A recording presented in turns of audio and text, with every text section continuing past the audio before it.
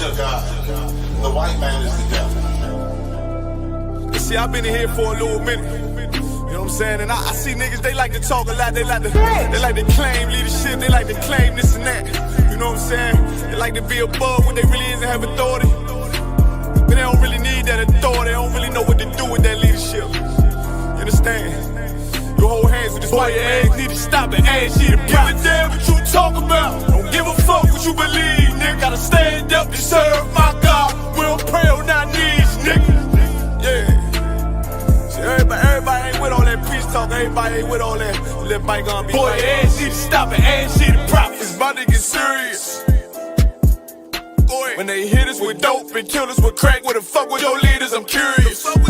He cashed out on your blood, traded you in and bought a new biz. Ask you the prophets, I tell you the scheme. If you don't wake up, you gon' die in your dreams. I say you won't tell you no more. I swear these crackers try to kill us slow. Just spoke to a nigga and fed he up for parole. Because of the COVID, it feel like the host in this world that don't go together. Know it's gold in the ghetto. I'm in the city blazing with my niggas. Just told the devil the score never settled. Yeah, see the prophets. I'm tired of these niggas keep talking about, you know, you respect my religion, I respect your religion. Boy, your ass need to stop and ask you the prophets. You know, like we all come together. Cause you know what they say God so loved the world. God so loved the world to know. Boy, your ass need to stop and ask you the prophets. Don't give a damn what you talk about. Don't give a fuck what you believe, nigga. Gotta stand up to serve my God. We don't pray on our knees, nigga. Yeah. Hey, gentlemen, y'all, we don't pray on our knees, nigga. Gotta stand up. You know what I'm saying? Boy, your ass need to stop and ask shit. Oh, I'm with step, I'm solid for show. To them fake niggas, stay silent, I got it, let's go. I ain't taking no loss, ain't no talking when we got the flow. Ain't no peace, just play with your own. I'ma be loyal to the right arm. Tell him we can't keep me slave.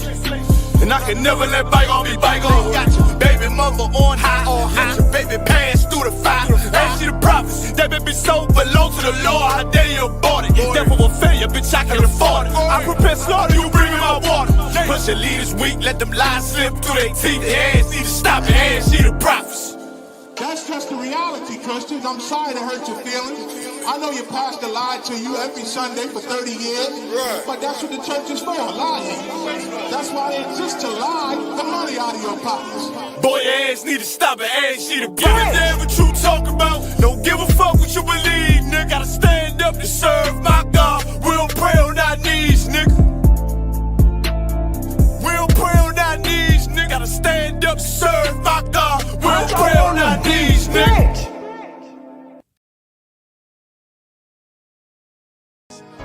Any man give his life for YAHANNA, Mashiach, and Christ, and fall up under that UPK banner, is my brother and my blood, and I will die and kill for him if necessary. Go to ground, go to ground, go to ground, go to ground, go to ground, go to ground, go to ground, go to ground, go to ground, go to ground. It's all about that warfare, boy. Give ground, give ground, back up, give ground, give ground, back up, give ground, give ground. It's all about that warfare, boy. Take ground, take ground, take ground, take ground, take ground, take ground, take ground, take ground. My soldiers take ground till I'm stand down.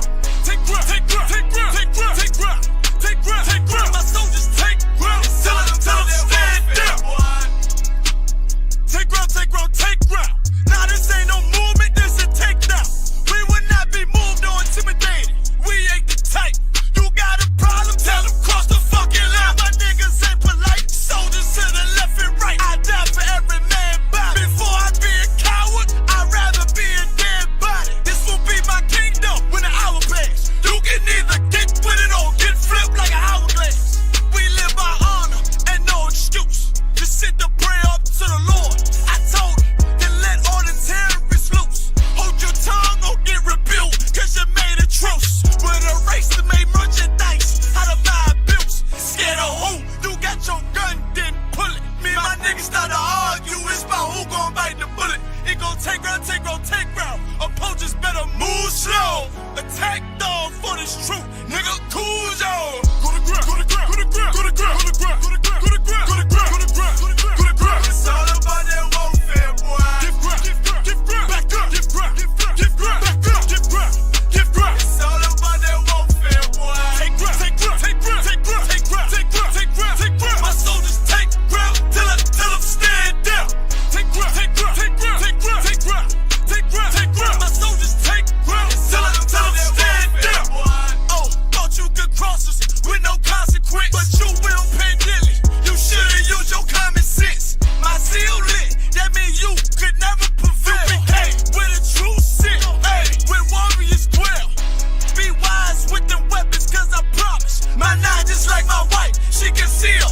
modest. I know two things. A robber will not prosper. And any man harm me and my aunt gon' meet the doctor. Cause this life is warfare, it's not an easy walk.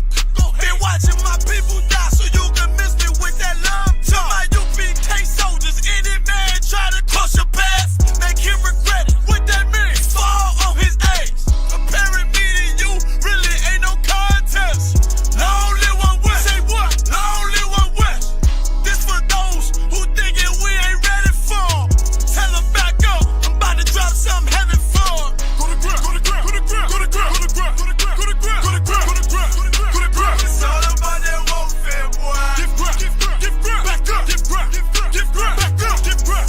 Give ground. It's all about that warfare, boy. Take ground. Take ground. Take ground. Take ground. Take ground. Take ground. Take ground. Take ground. My soldiers take ground till them stand down. Take ground. Take ground. Take ground. Take ground. Take ground. Take ground. Take ground. My soldiers take ground till them stand down.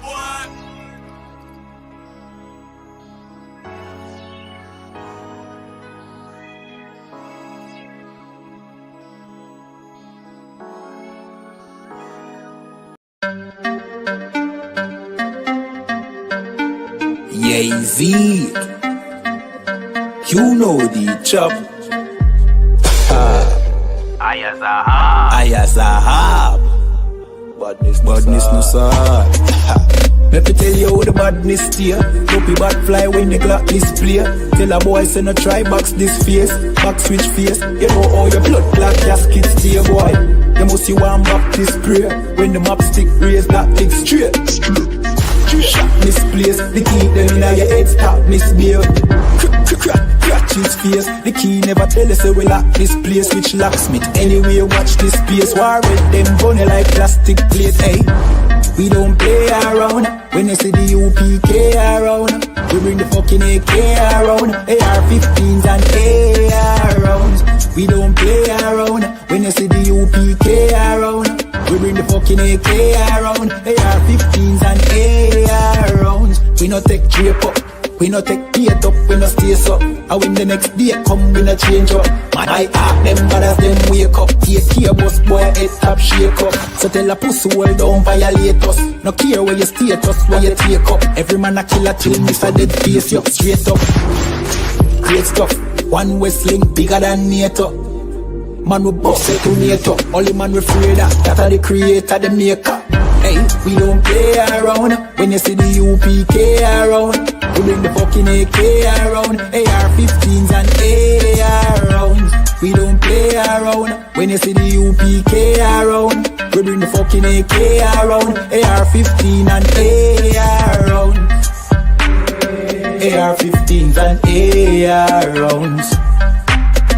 AR-15s and let me tell you how the badness steer. Dopey bad fly when the Glock display.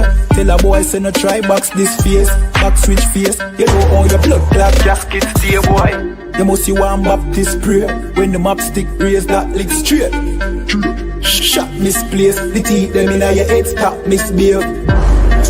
Crack his face, the key never tell us we lock this place. Which locksmith, anyway watch this space. War with them bunny like plastic plate. We don't play around, when you see the U.P.K around. We bring the fucking AK around, AR-15s and AR rounds.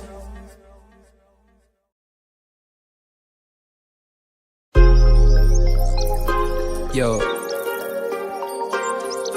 what about the bomber clock to them boy, man? Bad mind never kill them. Suffocate to no pussy. Yo, status. Tell some boys we don't chat us. Anyway, my dogs go in on the street, them bad. Gun talking up with jeans member. If any somebody ever treat them bad, send the pussy them but meet them God. Louis V kicks pan we feed them bad. Catch a new drip, dub the beat them bad. Look how we just come and we a beat them bad. You know see say we's them dad. Hey, but anyway though, this a no playground. The Glock 19, they have to stay round. Nah take no check with me payroll. Anything rise up, play down. Them a send check but they won't. Dog we make it step if they don't. but at the same old. Said them want smoke, but the grab a ton flame out. A couple gyal a come through. Gyal a WhatsApp what she gonna come to. She a give me tap and she swallow some juice. Gyal a suck cock till me John a ton blow. Bentley van a come through. Convert to the drop top, still have a sunroof. The dog them roll, strap you one proof. Alright, wanna move. Anyway, my dogs go in the street, them bad. Gun talking out with jeans member. If any somebody ever treat them bad, send the pussy them but meet them God. Louis V kicks pan we feed them bad. Catch a new drip, dog the beat them bad. Look how we just come and we a beat them bad. You know see say we's them that. Jeff say go fuck it up, so we fuck it up. Big up all of me friend them all who me never big up. All who know they are so, I ain't in a cup. Life shake up, you know me friend, but that's how we go. Greenfield say we tough, so we a fi bus. And all who a flip up and a lip up a fill it up. Girl pussy way buff, one give we a fuck. One the pussy bus, one her belly stuff with the fat cock. Nicky me give back shot, really. Girl a bad hype up if you're not that pretty. Money say make you know him can't chat silly. Anything we beat, we have a fat clock with it. Flick your bad with it, this a chop city. Anywhere we go, how we a lock that city. Money in a pocket, city, fat Billy. Don't come around if you're not family. Anywhere my dogs go in the street, them bad. Gun talking out with jeans member. If any somebody ever treat them bad, send the pussy them but meet them God. Louis V kicks pan we feed them bad. Catch a new drip, dog the beat them bad. Look how we just come and we a beat them bad. You know see say we's them that.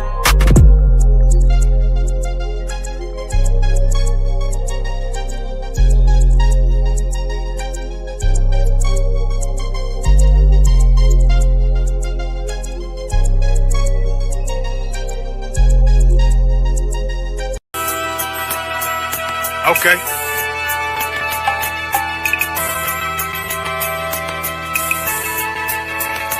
Homie, I've been. There's a king that's coming back to save our people. Now, we should be preparing ourselves for the return of our king, not stuck up in these denominations and religions that's destroying our people and destroying our nation. So when we are in this kingdom and a brother or sister is doing wickedly in this kingdom, we must tell them, look, the world is expecting you to stay docile, to stay stupid.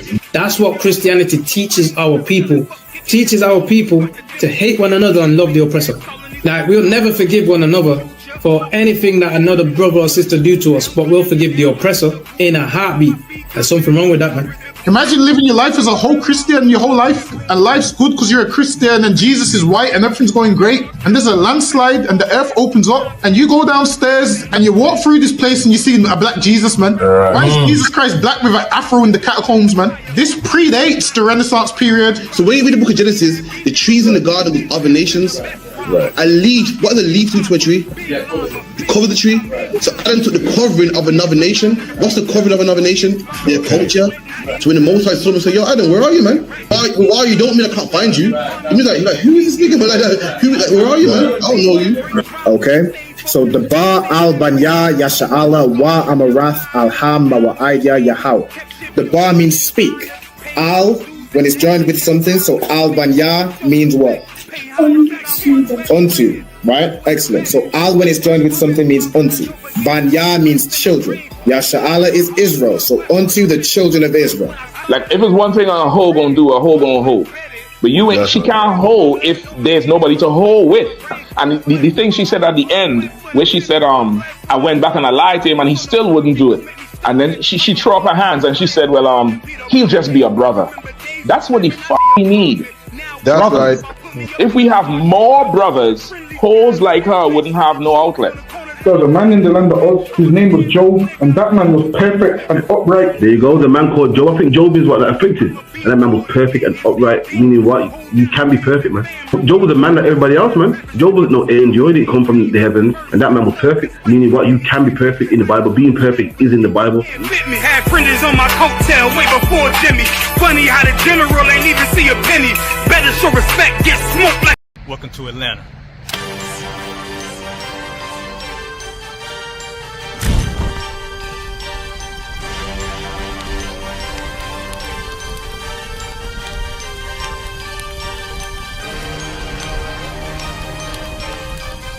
Christ, this Officer 5000, Jeremiah, the camp leader of Atlanta. Passover 2025. Starting April the 9th, we got the lamb slaughter. April the 10th, we got General Muhammad's class. April the 11th, we got the black party that's gonna have the Hebrew graduation. April the 12th, in Atlanta, Georgia, the 56th annual Passover, the only Passover under Commander Junior YAHANNA. Our great and holy King has honored us for turning our lives from the darkness to the light, man. There's no greater gift you can receive than to wake up to the truth and then commit your life to saving your brothers, man. Looking in their eyes and seeing their faces and seeing what they've suffered and what they've gone through and seeing the end of it, man. It is a guaranteed seat in the kingdom of heaven, man. So in the name of our King YAHWH, we dedicate us another Passover of brothers and sisters' lives being saved. April the 13th, we got the Feast of Unleavened Bread.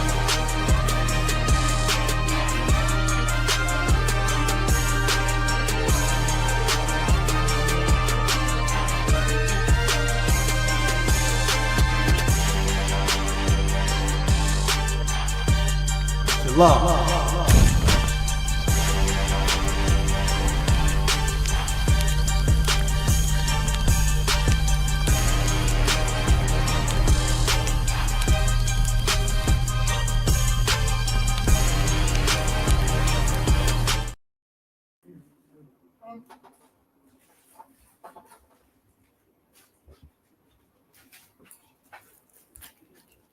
Yes, yes. Shalom, Akim. Yahweh Shem Shabbat. Shalom, Yahweh Shem Shabbat. Most in Christ. Yes, so with the I.S.U.P.K. started out of 1 West, 125th Street, Harlem, New York, under Commanding General YAHANNA. I'm holding down the class till Captain Mashak Mayam gets here. Captain of 13,000, Mashak Mayam gets here. I'm just holding it down. Any questions, line them up, getting ready for the captain.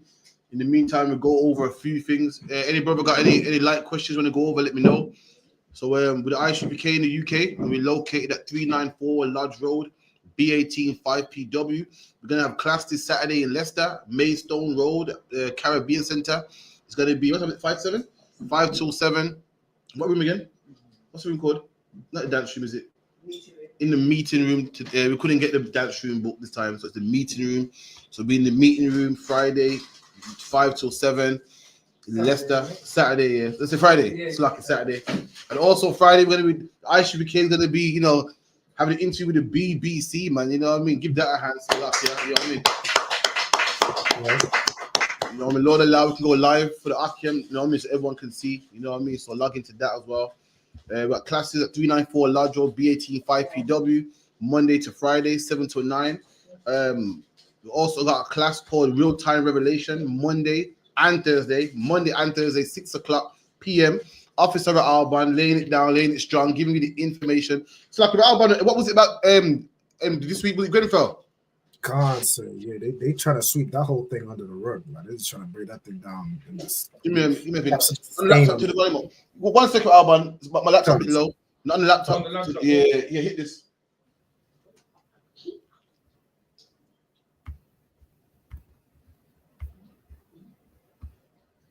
Press that and then drop the sound call. Oh, sorry, Alban. If you can say that again. Can you hear me now? Yeah, much better. I'm most sorry, Christ. Yeah, it's about the Grenfell thing. They just trying to sweep the whole thing under the rug and just make everyone forget about the complete failure they had towards us, man. They try to sweep the whole thing under the rug. Damn, listen, man. I beg everybody to go watch that, man. Go watch that. Go watch all the information Officer Alban got on Grenfell Tower. Grenfell Tower. So like, for anyone that don't know, Grenfell Tower is like a housing project, which you call it in America, which burnt down. Why? Because the government neglected it. Yeah. The government neglected it. They're supposed to have fireproof cladding, which slows down a fire. Didn't have it. We're supposed to have sprinkler system, which will slow down a fire. Didn't have it. It was supposed to have a smoke alarm that will alarm people so people can get out of the house and give them more chance of surviving. Didn't have it. And why did this happen? Because it was in a black neighborhood. It was in a poor, impoverished neighborhood. This would not happen in a neighborhood. It wouldn't happen in a white area, but because black people live there, who cares about them? Who cares about them? But I bet you, guess what though? They'll take that rent money though. Mm. They'll take rent money. If you was late on 1 month rent, they were chasing you down for it, running you down for it, talking about evicting you, taking you to court, changing the locks. So you're supposed to uphold your part of the bargain, but they don't uphold theirs. And what's their part of the bargain? To make sure that you're safe, man. That's Right. their part of the bargain, but they don't do that, man. You know, give me that scripture in Psalms, which said that they've broken their covenant. And if I could, sir, as well, like it's in London too, so you know that rent was absolutely like ridiculous. Listen, how can I forget? How can I forget in London? Oh, listen, man. You know that this ain't no next city. You know, this is London. You know that little box. The lift don't even work properly. The elevator don't even work. He's still paying big money, man. You're paying big money in London to rent a room. You're paying big money in London for shared accommodation, and for the rats that come with it, and the mice infestation. Right. And they want their money, but they holding up their end of the bargain. That's the devil that we deal with, man. That's the man that we got in the Bible. We got laws talking about giving man a fair wage, man. To uphold your part of the bargain, to uphold your part of the deal, man. But when you want to diss God and not obey God and put trust in this oppressor, this is what we got to look forward to, man. Someone get me that, man, about his words were smoother than butter. Come on, sir. His covenant. Come on. The book of Psalms, chapter 55 and verse 20. He hath put forth his hands against such as be at peace with him. Talking about our oppressor. Our oppressor put forth his hands at people that are at peace with him, man. The Native American Indians didn't want no war. They taught the Pilgrims came to America and they taught them how to plant, taught them how to eat. But this man thought, yo, when they turn their back, I'm gonna kill them. Yeah, man. These men don't even know. These men are feeding us, you know. They don't know. Listen, Donald, in a couple hundred years from now, we're gonna have a new president called Donald Trump, man. Couple of years from now, listen, you men are gonna be on reservations. Couple years from now, listen, man, we're gonna own all the banks, own everything. And our people had no idea, man. Our people's in peace and la land. Just like with the Windrush generation, man. Black people came to England, and black people, was that the white man? Went to church on Sunday, came to work, came to drive the red bus that he didn't want to drive, came to work in the underground, which he didn't want to work in. And this man's like, yeah, man, you niggas don't even know, man. 6 years from now, I'm gonna kill your grandkids, man. Your grandkids are gonna get stopped and frisked by my grandkids, man. Right. Your grandkids are gonna be dead like Mark Duggan. Mark Duggan's granddad didn't have an idea what was awaiting his grandson, man. Michelle and Charles' granddad didn't have had no clue what was awaiting his grandchildren, man, in time to come. Come on, keep it in. Kind of the one kind. He hath broken his covenant. Read that again. He hath broken his covenant. And that's the oppressor that we deal with. He breaks his covenant, man. What's his covenant? I pay rent, and yours. That's my end of the bargain. And what are you supposed to do? I pay rent. You give me a house that's livable to live in, man. That's fit for someone to live in, man. That has that meets the safety requirements. It meets the safety standard, man. In case of a fire, you're meant to have fire doors, man. In case of a fire, you're meant to have fireproof cladding. You're meant to have water sprinklers, alarm system. I'm paying my rent for this, and they don't give you that. They break the covenant, man. You're holding up your end of the bargain. You're paying every month. You're paying the landlord, making him fat and rich. And he don't take that money that you're giving him to make sure you're safe. Why? Because these devils are greedy, man. They're greedy. God forbid they take that money you give them and put a piece of it into the business and uphold their part of the bargain. They want every penny for themselves, man. Every single penny for themselves. They break their covenant. Read that again, Baba Kushar. Kind of the one kind. He hath put forth his hands against such as be at peace with him. Go, this man, this is a oppressor. I'm gonna take black people out of it, man. Anyone that's at peace with him, he draws souls, he kills them, man. Whether it's the Aborigines, whether it's the Hawaiians, whether it's the Africans, people, they come to people's lands and people welcome them with open arms. And what do they do? Kill them, man. They take a bit of China and say, yes, in Hong Kong, it belongs to us, man. They go to South Africa and say, yeah, now there's white people in South Africa called South African, man. They divide North Korea from South Korea. This is what they do. They go to places like Australia, a whole continent of Australia, man, and tell the Aborigines, yeah, live over there, man. It's our country now. Anyone ever seen UK Border Force? Boy, I need to watch UK Border Force. A good show. Listen, if you watch UK Border Force in Australia, listen, a man came to Australia with mud on his boots, and they say, yeah, you can't come in my country with mud on your boots, man. that mud could have some seeds in there from another country and contaminate our soil. I said, look at this. This ain't even your country. The man, he's acting stush and bougie like it's his country. Like, whoa. He steals your country and it acts like it's his. These guys are all stush and bougie over country that you don't even belong to in the first place. That's how they roll, man.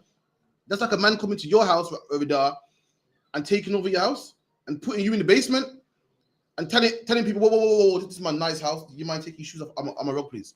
Take your shoes off. I don't want your shoes on my rug. And you're thinking, this ain't yours in the first place. Same with America. We got to deport these illegal immigrants, get them gone. This is not even your country. You stole it from the Aztecs, the Incas, the Mayans, brothers who are from the Native American Indians. Stole it from them, and now you're talking like it's your country. You murdered to get this land. It's not even yours, man. So like I digress. Carry on. Khan.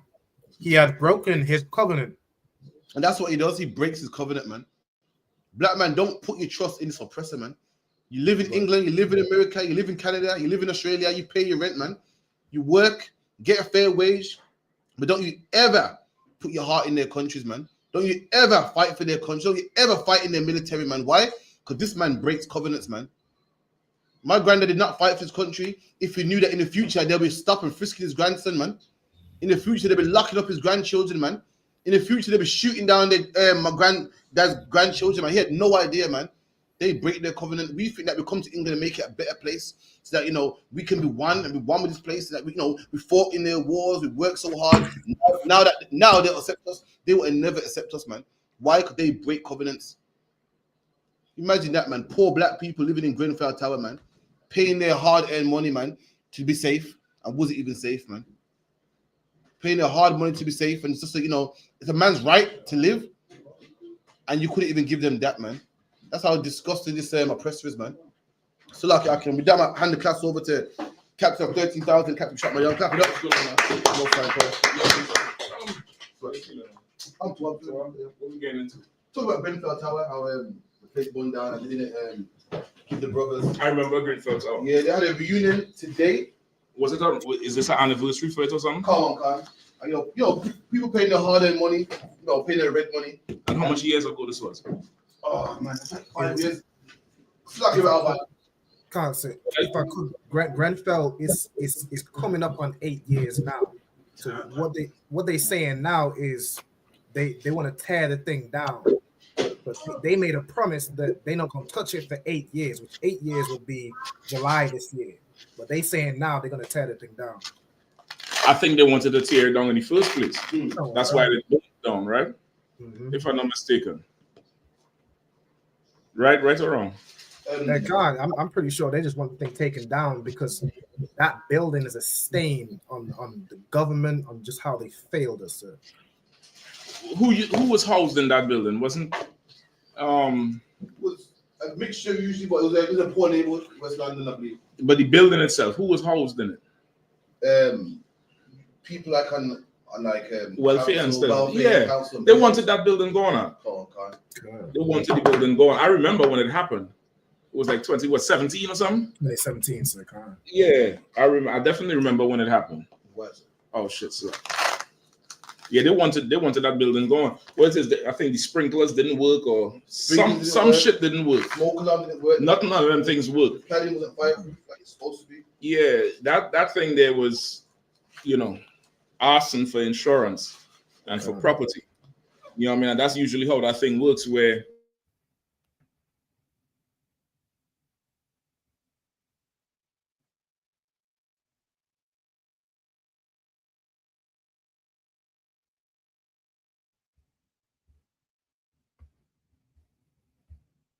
so that's how it is. All right. So it's like I said, you couldn't hear what you were saying, just the mic was muted. I was saying once enough time passes, they could go and get that property back with little to no pushback. You know what I mean? Because the hurt is done gone. Whatever court cases was in the courts because of the inconvenience or the death or the wrongful death or whatever it is they want to go sue for, that time is done past. People don't forget. It's a whole new generation now. We're talking about almost 10 years ago. So whoever was 15 is 23 now. Whoever was 7 is 15, 16 now. It's done past and gone. Now they could go ahead and do whatever they want to do. But I don't think they rebuilt anything on it yet, right? They just announced that they're demolishing it now. Yeah, because maybe the case is over. That's probably what you want to look up. You want to look up to see if the court case for it is just totally dead and gone. And that's probably what it is. Go ahead. Come on. I was going to say, if I could, they were saying that they're not going to make any decisions on, whether they're going to charge anybody or hold anybody accountable until the end of next year, the end of 2026. So nobody's been held accountable for acts also.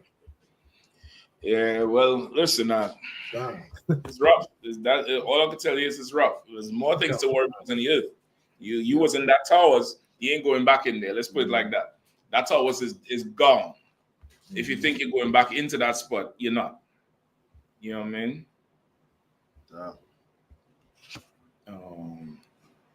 Did I have the Wi-Fi here?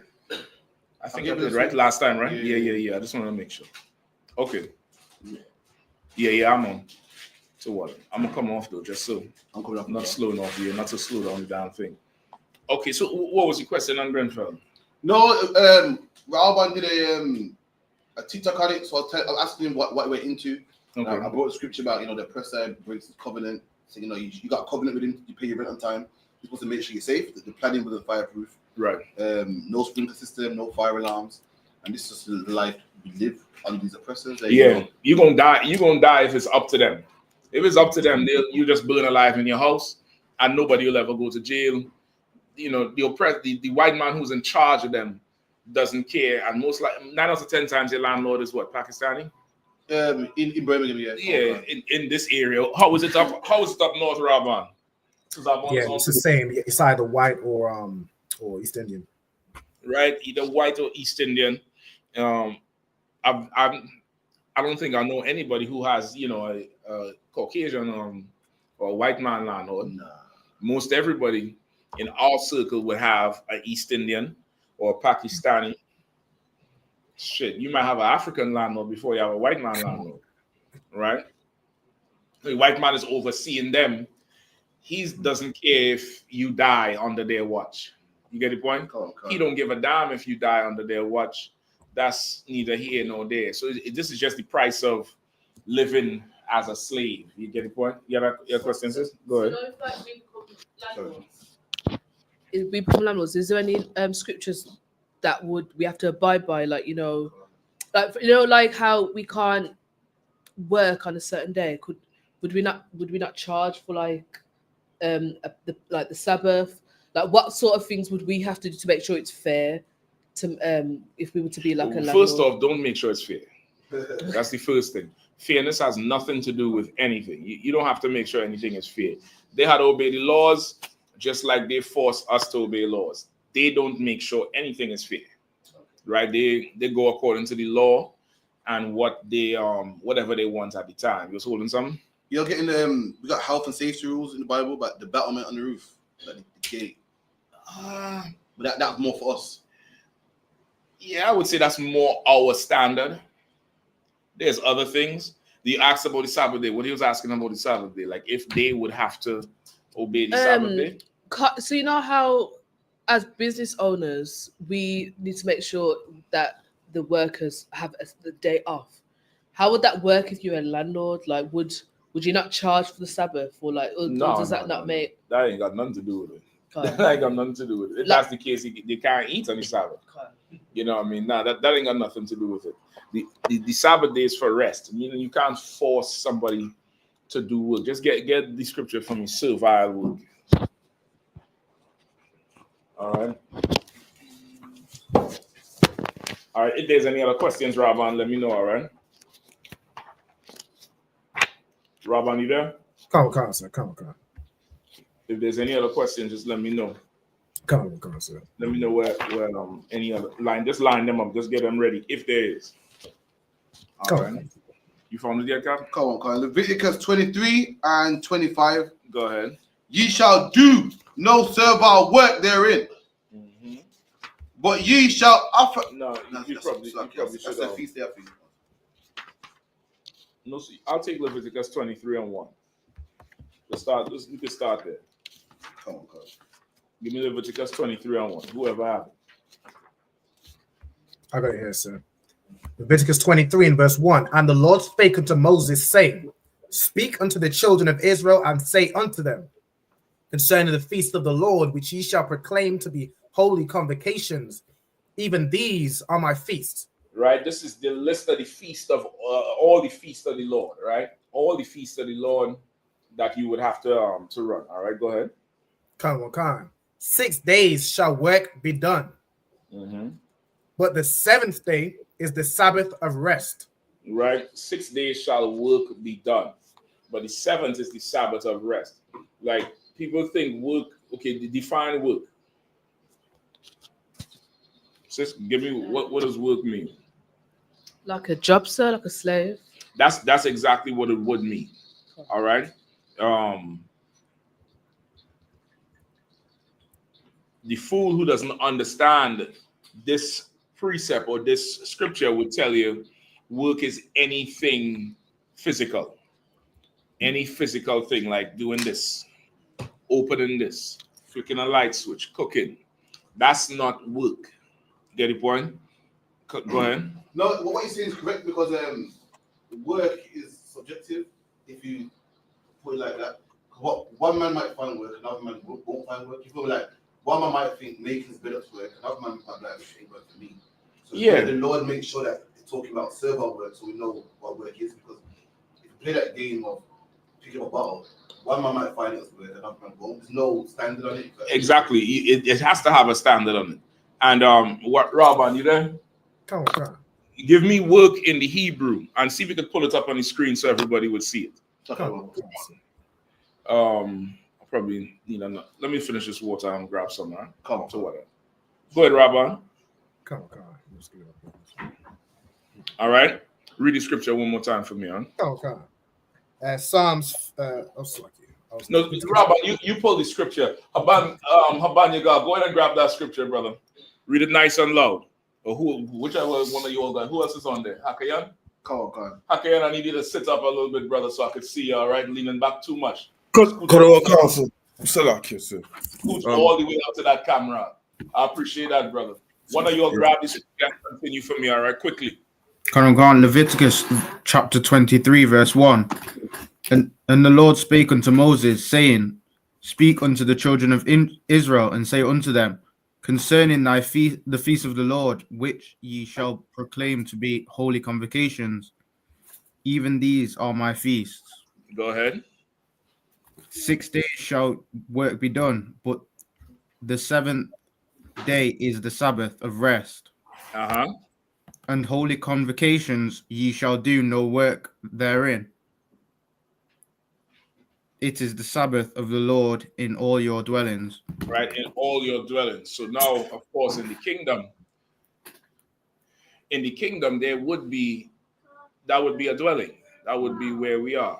Here would be a dwelling. It's the same thing. Everybody gonna have to observe the Sabbath. Robin, did you find what I need yet? Come on, sir. Got it here. The word for work is mala'akah. Are you able to put it up on the screen? All right. So, hit the back button so they could see this is from that text. Go all the way up, right? You see Leviticus 23 and 3. Right, that's it right there.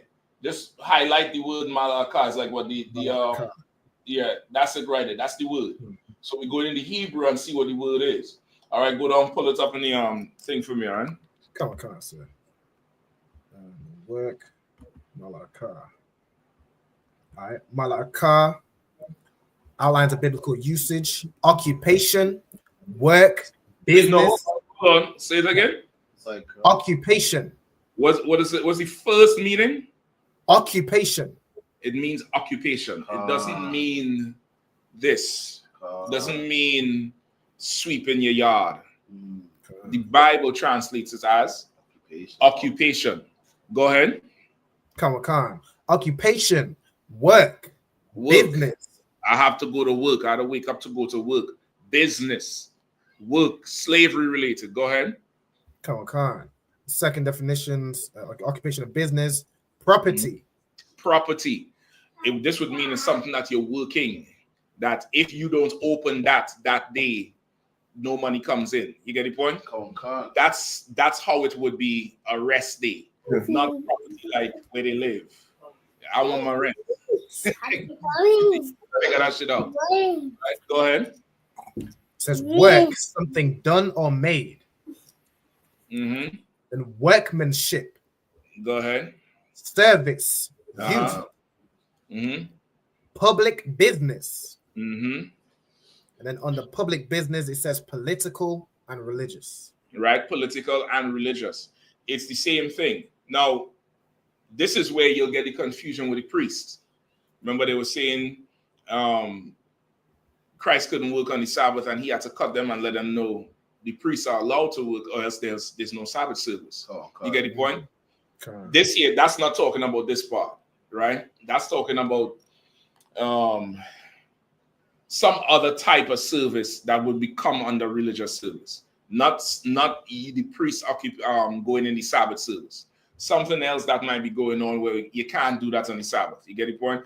For instance, for example, maybe like a funeral. You probably wouldn't have, or burial. You probably wouldn't have that burial service on the Sabbath day because now the grave digger have to come to work. You understand what I'm saying? You might do that on another day that's considered a regular slave day, right? You understand? So the work here is talking about slavery. It's not talking, in the Hebrew, it's talking about a slavery. Go ahead. So the scripture where it talks about a Sabbath day's journey, I never understood what that meant. Like, was that the fact that brothers didn't understand the Sabbath? So they probably thought you had to pull it for me. I ain't sure what it is. You had to pull it for me. So what's the point I was making here? So that's it, sis, right? So this word here would be, yes, that Sabbath day is concerning slaving, not anything else. Go ahead, grab the mic for Kat and the mic. Oh, sorry. Go ahead. So where do the Orthodox people get that confusion? Because I see a lot on like TikTok or Instagram. They won't like do a light. They'll do some weird things. Like one woman won't. She said you can't do electric on that day, so she'll do some other. Where do they get? That's from the Jewish man. The Jewish man does not follow the Bible. He follows religious practices. He follows what's that book called? Talmud. Come on. Right, the Talmud, which is a book about the book, or a book about religion, or Jewish religion. And they have a ton of crazy customs in there. You get the point? They have a ton of crazy, stuff that's not practical. You understand? Robin, look up for me what is it called? It's a string. I forget. You may have to Google it. Okay, so according to the oppressor, right? According to the Jewish man,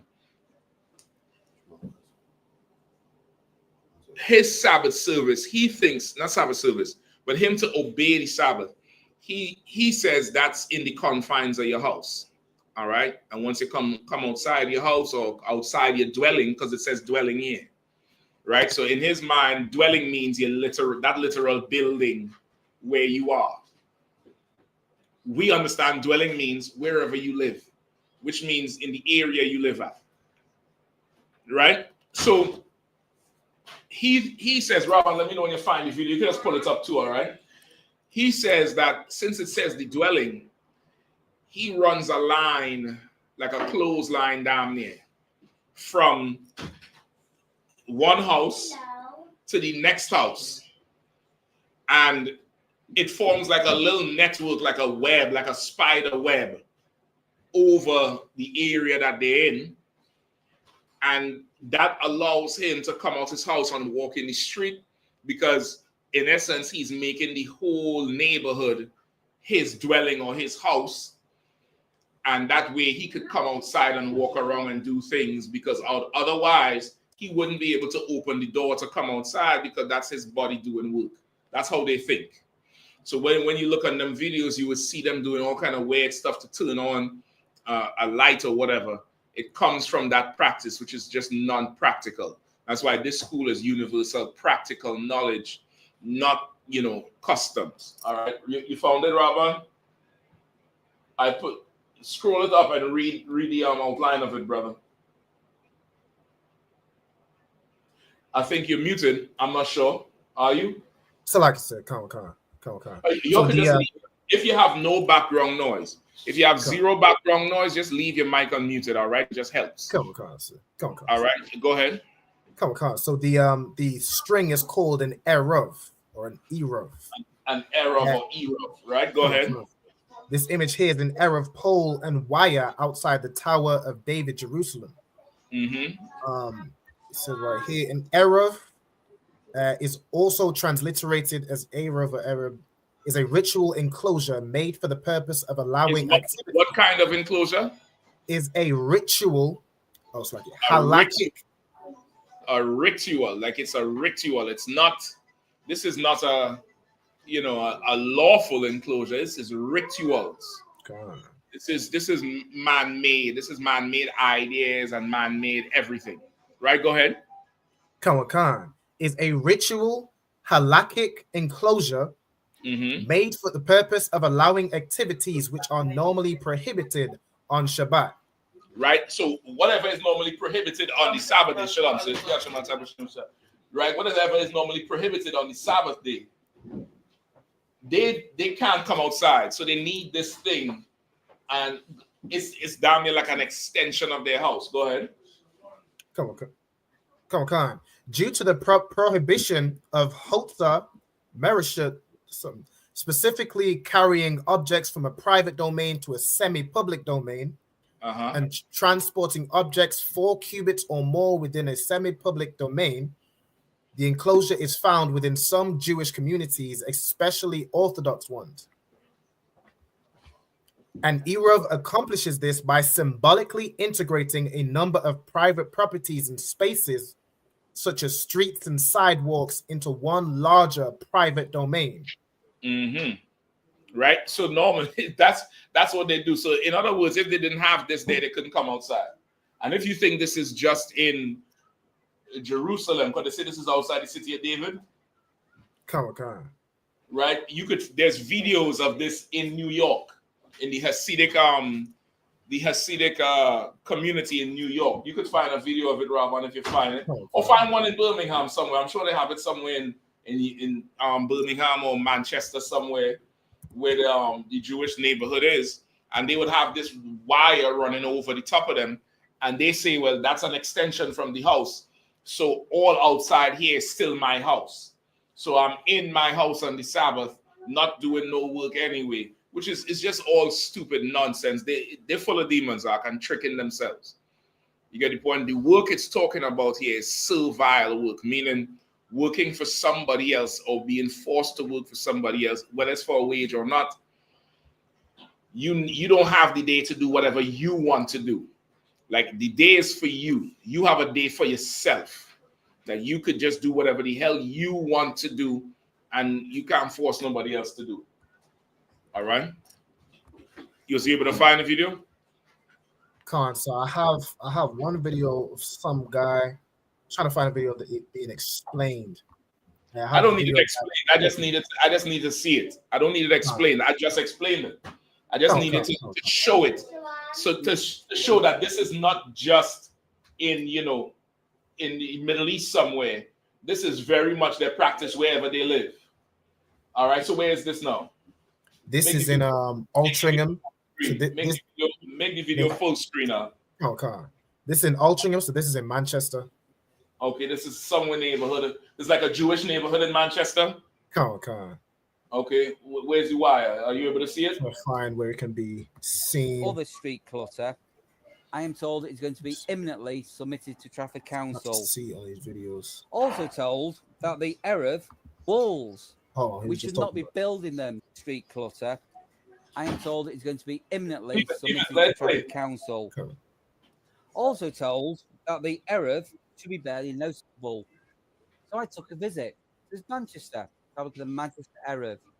I was astonished to actually see the size and the scale of the poles that consist of the Manchester Arab. They are not. Hold on. What kind of Arab is he saying it is?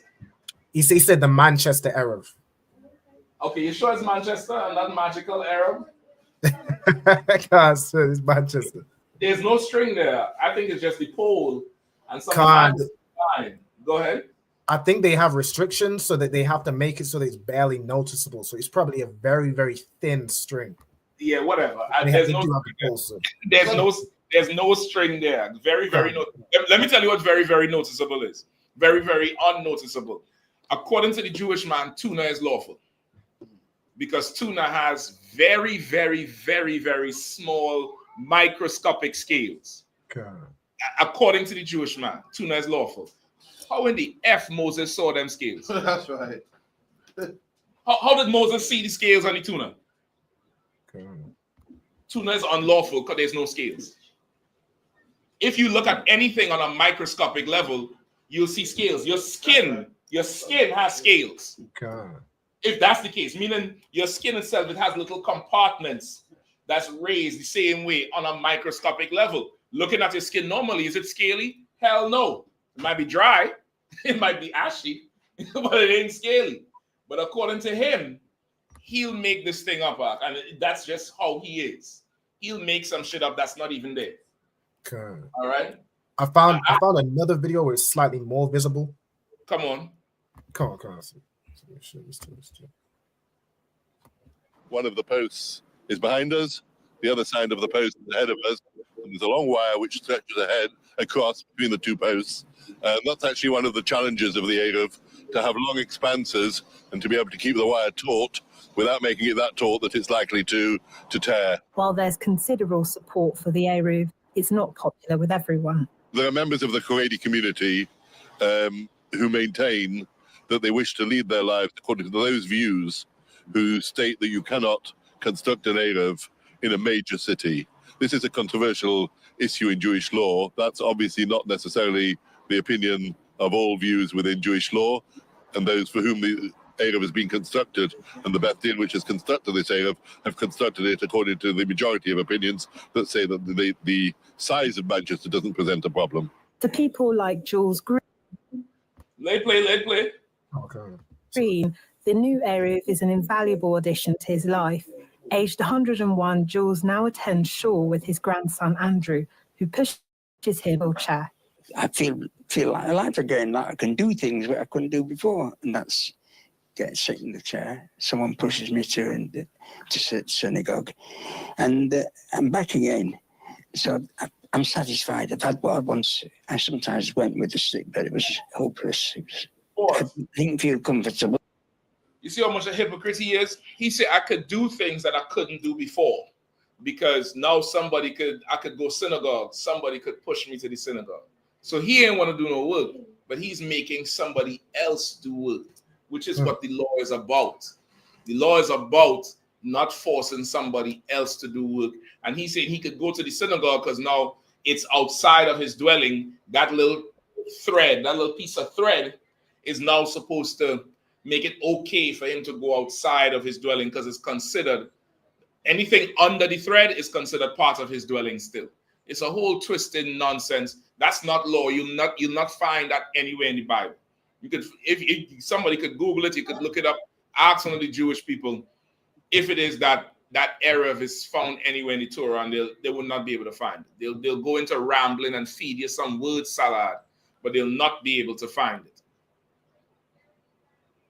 All right, we good? Oh God, you want to play on it or not it? No, I think that's about it. Come across. Right. So you understand? So all that shit is just made up. It's just made up Jewish stuff that has nothing to do with the actual law. You know what I mean? It has nothing to do with actual written law. You can't go in the Bible and find it. It's just made up stuff that they made up, and they decide what is acceptable to them. Just like how he said, their design of that Eruv is based on the popular opinion, and they go with what the popular people want. All right. Anything else? Oh, so now you was asking about how, when in the kingdom, how you would treat the heathen. Okay, it's one scripture that really sums it up. Anybody knows it? He shall rule them with a rod of iron. Could rule them with a rod of iron. I'll take that. There's another one that I have in mind first, but that's a good one too. Right, but that one is specifically talking about Christ. I believe he will rule the nations with a rod of iron. Anybody know? If I could, is it the one where it said, "But those mine enemies which would not I reign over them, bring them hither and slay them before me"? No, because if you slay everybody in the kingdom, Mark, you ain't gonna have no slaves. Is right? it the, This is common. This is common everyday practice.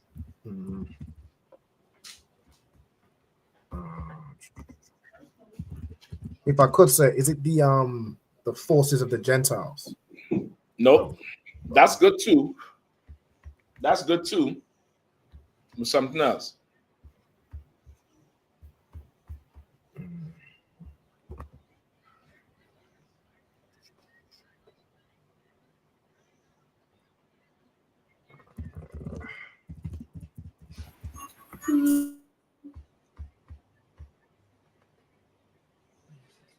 It's like the other one.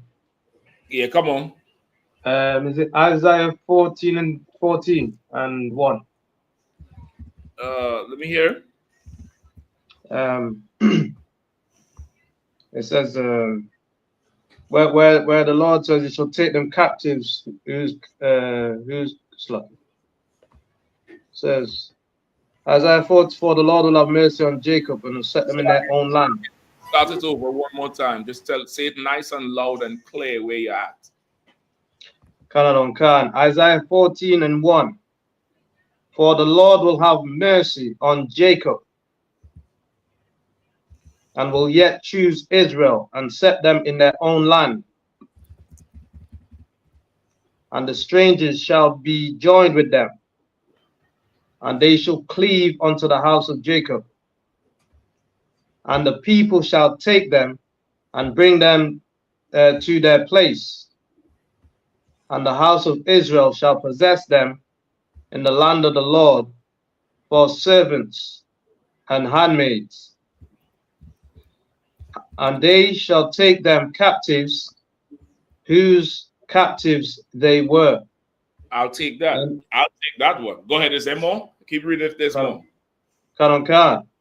And they shall rule over their oppressors.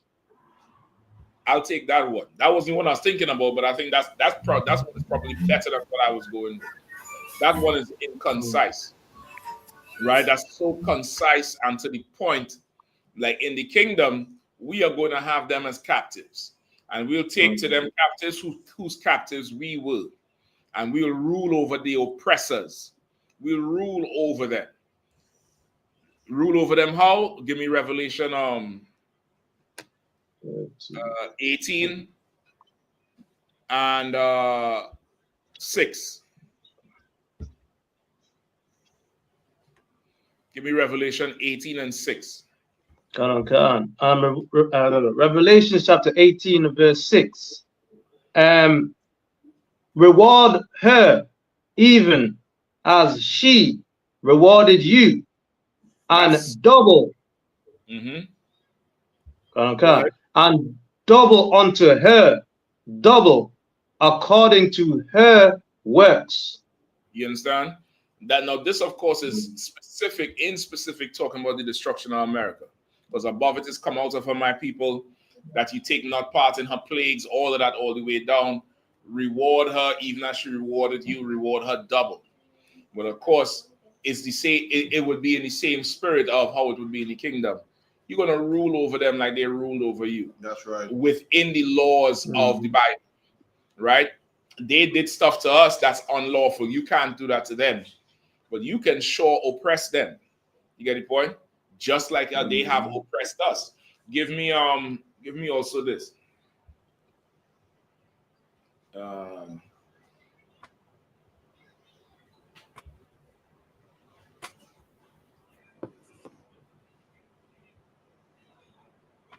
Give me Deuteronomy 23.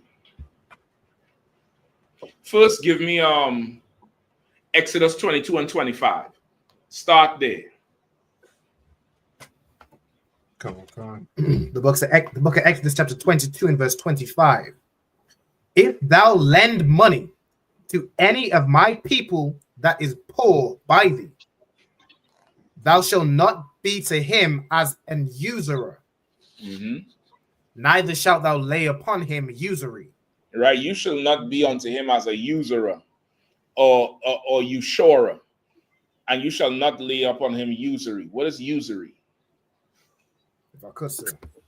Go ahead. Usury, that's interest. Usury is interest.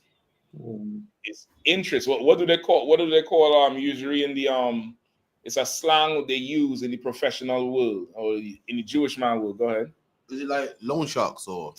Loan sharks would be they charge usury, but there's something else they call it. All right. And whoever knows, just say it out. Right. Is it interest? It is interest. That's the proper word for it. Right. But there's another one. There's another word that you. So like the other one, is it extortion? No, the process of it is extortion. I'm talking about what they actually call it. All right, but it is interest. Usury is interest. Meaning what? When you go to the banks, right? You go for a loan. Do they just give you the loan on a date to pay it back by? No. How does that run? Do you check your history, see if you're good at paying things back? That's the first thing to check. They check your history to see what's your track record. What's the next thing to check? Credit check. That's the credit. Your credit check is your history. Your income, sir. They check your income, but they need to know how to work this interest they're about to rape your pockets with. They need to know if this income high, and you ain't have a good history, yeah, we're gonna take advantage of you. Because the same loan a next man goes for, his interest will be lower. Because one of a few reasons is credit might be better. Or he might just be the same race as this person. That's right. And they just say, you know what, I'll charge you 1.5%. In fact, 1%. And it's a deferred 1%. You have 6 months to even start the interest. Banks could do that. They could give you a loan that's, you had to pay back in 6 years, but for the first year's interest, you don't have to pay no interest. The interest starts at the end of the first year. They could do anything they want for you, but they do it for their own, right? Now, read the scripture one more time. Come on. If thou lend money to any of my people. They call it vigorish. Vigorish. I think that's what the Jewish man called it. Hold on. Vigorish. Vigorish meaning. Vigorish, informal. An excessive rate of interest on a loan, typically one from an illegal moneylender. Right? And I believe this is either Italian or a Jewish slang word, because they was the ones with that type of cash that could give you that type of loan that you wanted instead of the bank. Vigorish. Vigorish. I think it's a Yiddish word, but it means interest, but it's an exorbitant amount of interest. All right, read the scripture one more time. Sir. Exodus 22 and verse 26. Sorry, 25. And if thou lend money to any of my people that is poor by thee, thou shalt not be to him as an usurer. Neither shalt thou lay upon him usury. Right? You can't charge interest to an Israelite, especially somebody that's poor. Right? The law is not there for a rich. Somebody might say, well, it doesn't say for a rich man, you could charge him. That may not necessarily be the case. Number one, a rich man may not need the loan. Number two, if he does need the loan, it's probably for business. And in that case, a business venture is different. It's not like, man, I'll pay you back Saturday. I just need this loan to go get groceries. Or I need this loan that's a poor person's loan. That's what we get loans for. Payday loans and all that type of shit is to plug holes now. I'll pay it back later. It's unlawful to charge an Israelite interest. Right? Now, give me Deuteronomy 23 and 19 and 20. So like you said, was that Deuteronomy 22 and 19, sir? 23 and 19. So like 23.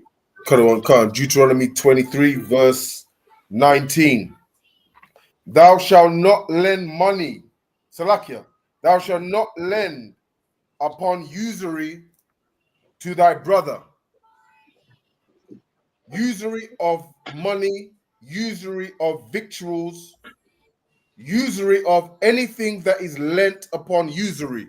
Right? To your people, you shouldn't charge usury. You shouldn't charge a rent. Interest, if in simplest terms, is you renting your money out. Just like how you could rent a car and your daily rate is, how much is the rate in England? About 35 pounds? 30-something pounds flat. When you add the tax and insurance and stuff, it could come up to about 60, right? But you get flat 30-something to 40 pounds for a car. So every day you have the car, you pay this daily rate. At the end of it, you have to give the car back. And now the rental company did what? They profited off of that 30-something or 40 pounds per day. Now replace the car with money. Interest is that. You really renting the money. And there's different types of interest. There's simple interest. There's compound interest. Compound interest is what? Who knows? If I could. Who knows? Come on. If I could, so compound interest is when it's like an amount you owe. Interest is charged each year. So like each year. You being nice. Google that shit for me. Daily. It could be daily. Yeah, it's daily. It's daily, I believe, or not. It doesn't have to be daily, but it could be in a specific time, whether it's each month or each quarter. The interest is compounded. So now, let's say your daily rate on the car was 40 pounds a day for the car. You would owe the car back plus this 40 on Monday. On Tuesday, you would owe 80 because the interest is now doubled. Each day going up and up and up. Unless you have a big lump sum amount of money to come and pay back that loan, you could be trapped in a cycle of just paying. Interest and usury is a form of slavery. That's right. That's why to own a home is so difficult. You get the point? It's so difficult, from the money down, the closing fees, then the interest rates. You paying forever. It's called a mortgage. You know what I mean? You paying forever on this thing when they could go get a loan for nothing, a huge loan for no money.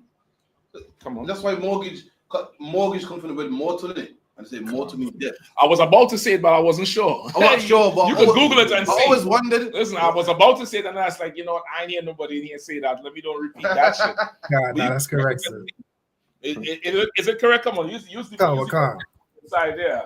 Come on, say yeah. The word mort means managing all usury in Manchester. That's what you have to do. I don't charge the usury myself. I just manager there. Yeah, the mort means death. I think the gauge part is like a pledge. So it's like death promise is how I would transliterate. It's ridiculous. That's what the hell it is. It's ridiculous, right? So you can't charge interest to an Israelite. Keep reading. Karawan Khan, unto a stranger thou mayest lend upon usury. Unto who? Unto a stranger. Unto who? Unto a stranger. Just back to your question. You was asking in the kingdom how you would deal with them. They're strangers to us. So in the kingdom, hell yeah, Pretty Patel, you need a little loan to buy some china for your kids, no problem. Here's $500, no problem. But I'm charging you $100 a day on that $500. If you don't want to pay more than $100, pay me that $500 by tomorrow. That's right. And if you can't pay it by tomorrow, it's $100 each day until they pay me back. Her children will be paying me. That's right. Her children will be paying that back. That's one form of how we would manage them in the kingdom. But that's what they do to us today. That's right. Because they do that to us right now. What's going on? No, I'm good. I'm good for right now. I appreciate that. So what? Right? That's what they do to us right now. They do this to us. You walk in the same bank they walk in. They pull you in, start to look at you funny, ask you about 4 questions, then dismiss you. Their friend coming with, he don't even have to dress right. He coming with half the paperwork, and get the loan. That's right. And get the loan. No. It's like In the kingdom, Mark, we're going to put it on them. Go ahead. That sounds just like drug dealers on the road, sir. Exactly how drug dealers operate, where if you don't pay them their money on time, they do that compound interest day by day by day. They're adding money onto your bill. Well, I would venture to think that drug dealers operate like that because who they getting the drugs from? That's right. White man. Cue the X-Files music. Dun, dun, dun, dun. Because of who they're working for. It's one man who they're working for. You get the point? It's one man who they're working for. All right. Any more on that precept? I haven't finished yet. There's a little bit more, sir. Yeah. But unto thy brother thou shalt not lend upon usury. That the Lord. Go ahead. Say where you at again. Read it from the top. Unto a stranger.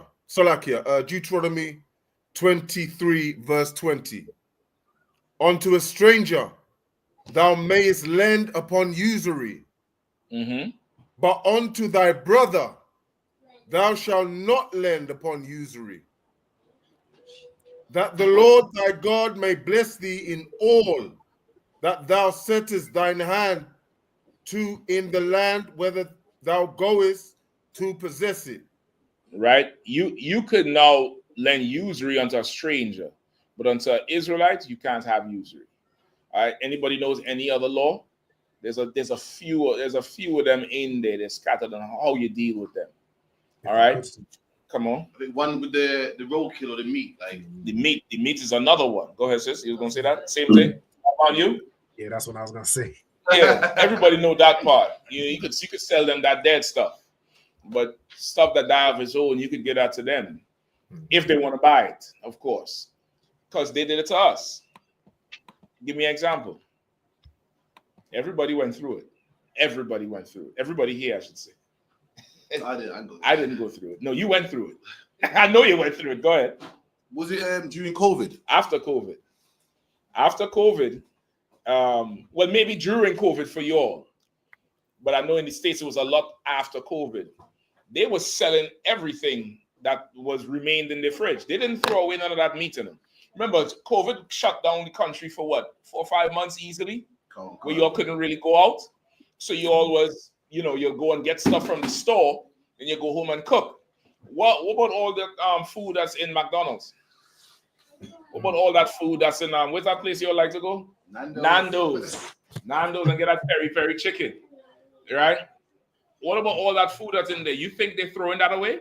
Nah, brother, that locked in the freezer. He said, leave that there for when they come. We can't throw away money. And guess what happened as soon as they open back up? Come on, Karathi, let me hear what you fell for. Half price Nando's. Half price Nando's, all you can eat. Come, nigga, fill your belly, nigga. Come on, licky, nyammy. And they season up, they salt up all that rotten meat up. All that meat. And what happened? Everybody got food poisoning. That's right. Everybody had similar stories of, damn, that first week was rough. Something. Because they didn't throw away what they found out. They didn't throw away stuff that was, horrible. They fed it to people who were not their people, to these strangers. In the kingdom, we can do that to them. That's lawful to do. There's other things they did to us that was unlawful. We should not do that to them. But the things that's lawful, they getting it. You believe me, they getting it, brother. I'm telling you, they get it. Again, month-old chicken that ain't been in the fridge. They had to make some. Listen, till this day, some of ours, especially the tribe of Benjamin, some of our famous lawful food was refuse. Cow tongue, goat head soup, what they call manish water, oxtail, chicken back. Go ahead. Even Escovitch fish, the vinegar was so the fish wouldn't rotten. And even salt fish as well. The British use salt, Spanish use vinegar. and that was just like pour food to the slaves so it don't rotten. Yeah, and even and the oxtail and stuff as well. Listen, even the fish, at least you're getting the fish whole, and that's that way to preserve it. But imagine you getting the tail because the master done took all the sirloin, the rib, the T-bone. He take all the good parts and leave you with the cow heel and the cow foot and the head and the tongue and the ears and the tail. And you had to make something out of that. Yeah. And guess what? Today they're buying it in London for $20 a plate. That's right. That's who we are. Well, listen, I want to see, like how Jeremiah say, I want to see them make a delicacy out of bird beaks and chicken toenails. I want to see how good they do that shit at. You get the point? Like that's we're gonna do that same thing to them. They're gonna get the things we don't want, and it's gonna be hard on a cow. They might have to find something to do with that cow hair. Or that moo, they might have to cook the moo because we cook right now. Oxtail is ours. You ain't getting the tail. You ain't getting the tail. You ain't getting the head. You're not getting the tongue. Issachar take the tongue and make something called lengua. Right? I think lengua is Spanish for the tongue. And brother, you could get lengua tacos out. That cow tongue taco and that goat tongue taco tastes good. That's right. You get the point? So all that is the stuff they refuse that we had to deal with in the kingdom. They're gonna have to deal with whatever we refuse. And it's good. This picking is going to be slim. I can tell you that part. And if I could say all of it now, go ahead. So, like, I was just going to say, like, even as you're breaking it down, so that goes right along with the scripture where it's like you're rewarding them double because they gave us the refuge, like they gave us the oxtail, the chicken foot, the cow foot. Now we turn that into delicacy. We make that okay. That's what we eat now. So when the table gets turned on them, like good night, they're gonna just huff and cow horn and. Yeah, he got to cook the cow teeth out. That's rough. He got to cook the cow teeth. He got to find a way to make porridge with them teeth. And that heel, that cow heel, he got to find something, so I don't know what he going to do. Like, we eat liver and gizzards, That's a meal that we all grew up with. Gizzard and liver, you know what I mean? And that now that I'm older, I realize that was when the groceries ran out before the monthly check came. And there was no more chicken in the fridge. So you had to go get the cheap meat, which is the liver or the gizzard, until the big monthly check come and the parents could go get regular chicken. But now you a kid, you eating that, you think, why they cooking this thing? You ain't know that that's the bridge food, just to get you, the gap food, just to get you to the next check. But that's how we grew up, eating neck and chicken foot and all kind of shit in chicken back. In the kingdom, chicken butt, that little piece of the tail, the little piece above the tail, they cut that off and sell that. You get a bag of chicken, they call it chicken butt. It's not the actual butt of the chicken. They call it that. It's just the little tail, the little piece of the tail that come up. Say again? Oil can in Jamaica. Goddamn, because it's oil, it's an oily thing. That's what we had to deal with. So in the kingdom, goddamn, like there's so much it could do to them without even, going too far. And the type of life we're gonna have, we're gonna be able to sit on our bed and meditate terrors for them. We're gonna be able to. You see what Trump doing now? Trump is getting privilege right now. He had the whole world shaking. He got Britain shaking now. Imagine right now, the British politicians is condemning the whole Brexit move from the politicians before. Who's the one who did it? David Cameron. David Cameron was the one. Cameron. So before him was who? Not Theresa May. It was Theresa May. Tony Blair, then Theresa May. I think Tony Blair lost the election. I thought Theresa May was before Tony Blair. Nah, it was Tony Blair first, David Cameron, Theresa May, Liz Truss, Rishi Sunak. Liz Truss staying there like a week. That broad, she just come for the pension and she gone. Right? But so okay. So Cameron is the one who followed through with the Brexit. No, he left. He left because he's scared. Right. That's what I remember. One politician did not want to do it. He was like, I don't care what you all say, this is a bad idea. He said, I'm gonna step down, I'm not overseeing this nonsense. And back then, brother, I remember following the thing. Britain was pushing the public hard against this Brexit, hard with the Brexit, because why? they was all following that Trump narrative of a pure nation. Get rid of the immigrants. This, that, you should have heard. And the immigrants taking my job and something, and we need more jobs and blah, blah, blah, and the taxpayers.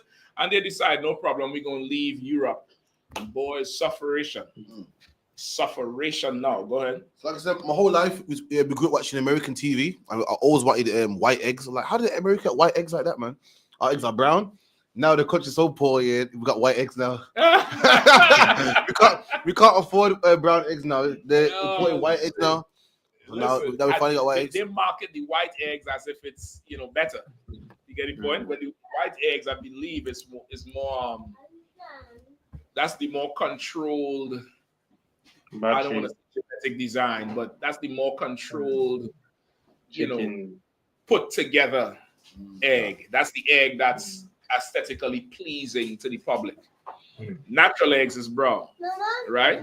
Listen, let me ask you, how many of how y'all make your eggs? That's all I want to know. This sidebar, right? Don't think I took the class into a cooking class. So, the kid hands to the sister's car. When I'm asking everybody. When y'all make the eggs, right? What y'all do? Y'all crack it in the pot, or y'all make the eggs? Walk me through. Yes. I will see what this generation really working with. What kind of egg? Fried egg It or don't matter. scrambled? The egg got to come out of the shell. That's So what I fried want to egg, know. yeah. Put the oil in the bottom of the pot. And you crack the egg in the directly pot. into the pot can. All right. Anybody else? Come on, knock a fire. What I do, I put mine in the bowl because I want to take out the eye. Okay. All right. I'll take that. I'll take that. If it's scrambled, crack it separate about 3 with a bit of milk and just butter, and leave it at a low heat. And fried eggs. Oh, have you to be taking me running. through the whole thing. How we cracking eggs back in the day to that one? Yeah, if I fry egg, then you crack it in the frying pan with some oil. Oh, what is that one? You let me down. You let me down. To that. If I boil egg now. Old school cracking the egg. You have to crack the egg in a separate container because naturally some eggs are bad, and you don't crack it in the pot because if you have 2 eggs in there and you put the bad one in there, you have to throw away it all. But not everybody has that experience now because the farming done come so controlled and so much. It's not how they have free range chickens and it's more the organic stuff. That's is no longer. But if you have somebody who working on a farm or just a regular farm, not a processed farm with all these controls, it's regular. They're raising chickens and it's eggs. You could get a bad egg. You could get an egg that's going bad. I see blood come out, so like red in the. Yeah. Listen, you ain't get the one yet where you crack it and you have to open all the windows in the kitchen because it's dead. That could happen. It does happen. But now the frequency of that happening, there's a whole generation of people, adults, that have never seen a bad egg. They just assume that all of them yolk and the thing are wrong. Get the point? They all assume it, but that's not necessarily how it is. Get the point? Sissy YAHANNA? So what I will say is, in school, when I got to school in my first year of secondary, and we do like cooking classes, the teacher did say crack it in a separate bowl in case you have a bad egg. So it is something that they teach. But that's because of just, that generation. You got to see what they're teaching now today. That's probably it's almost like penmanship. Do all kids have penmanship in school anymore? There used to be a writing class in school to teach you how to write.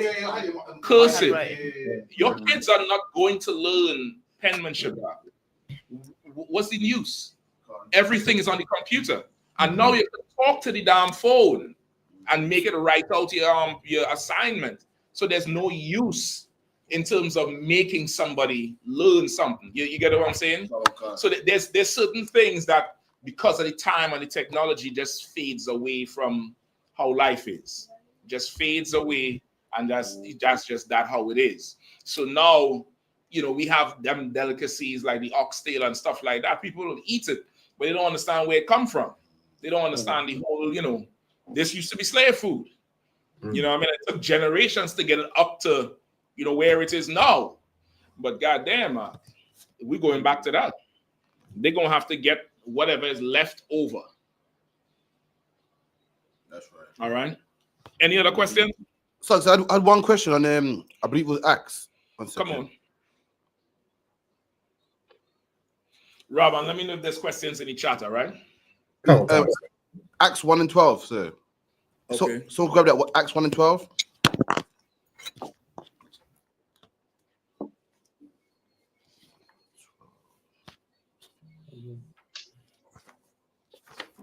Acts 1, verse 12.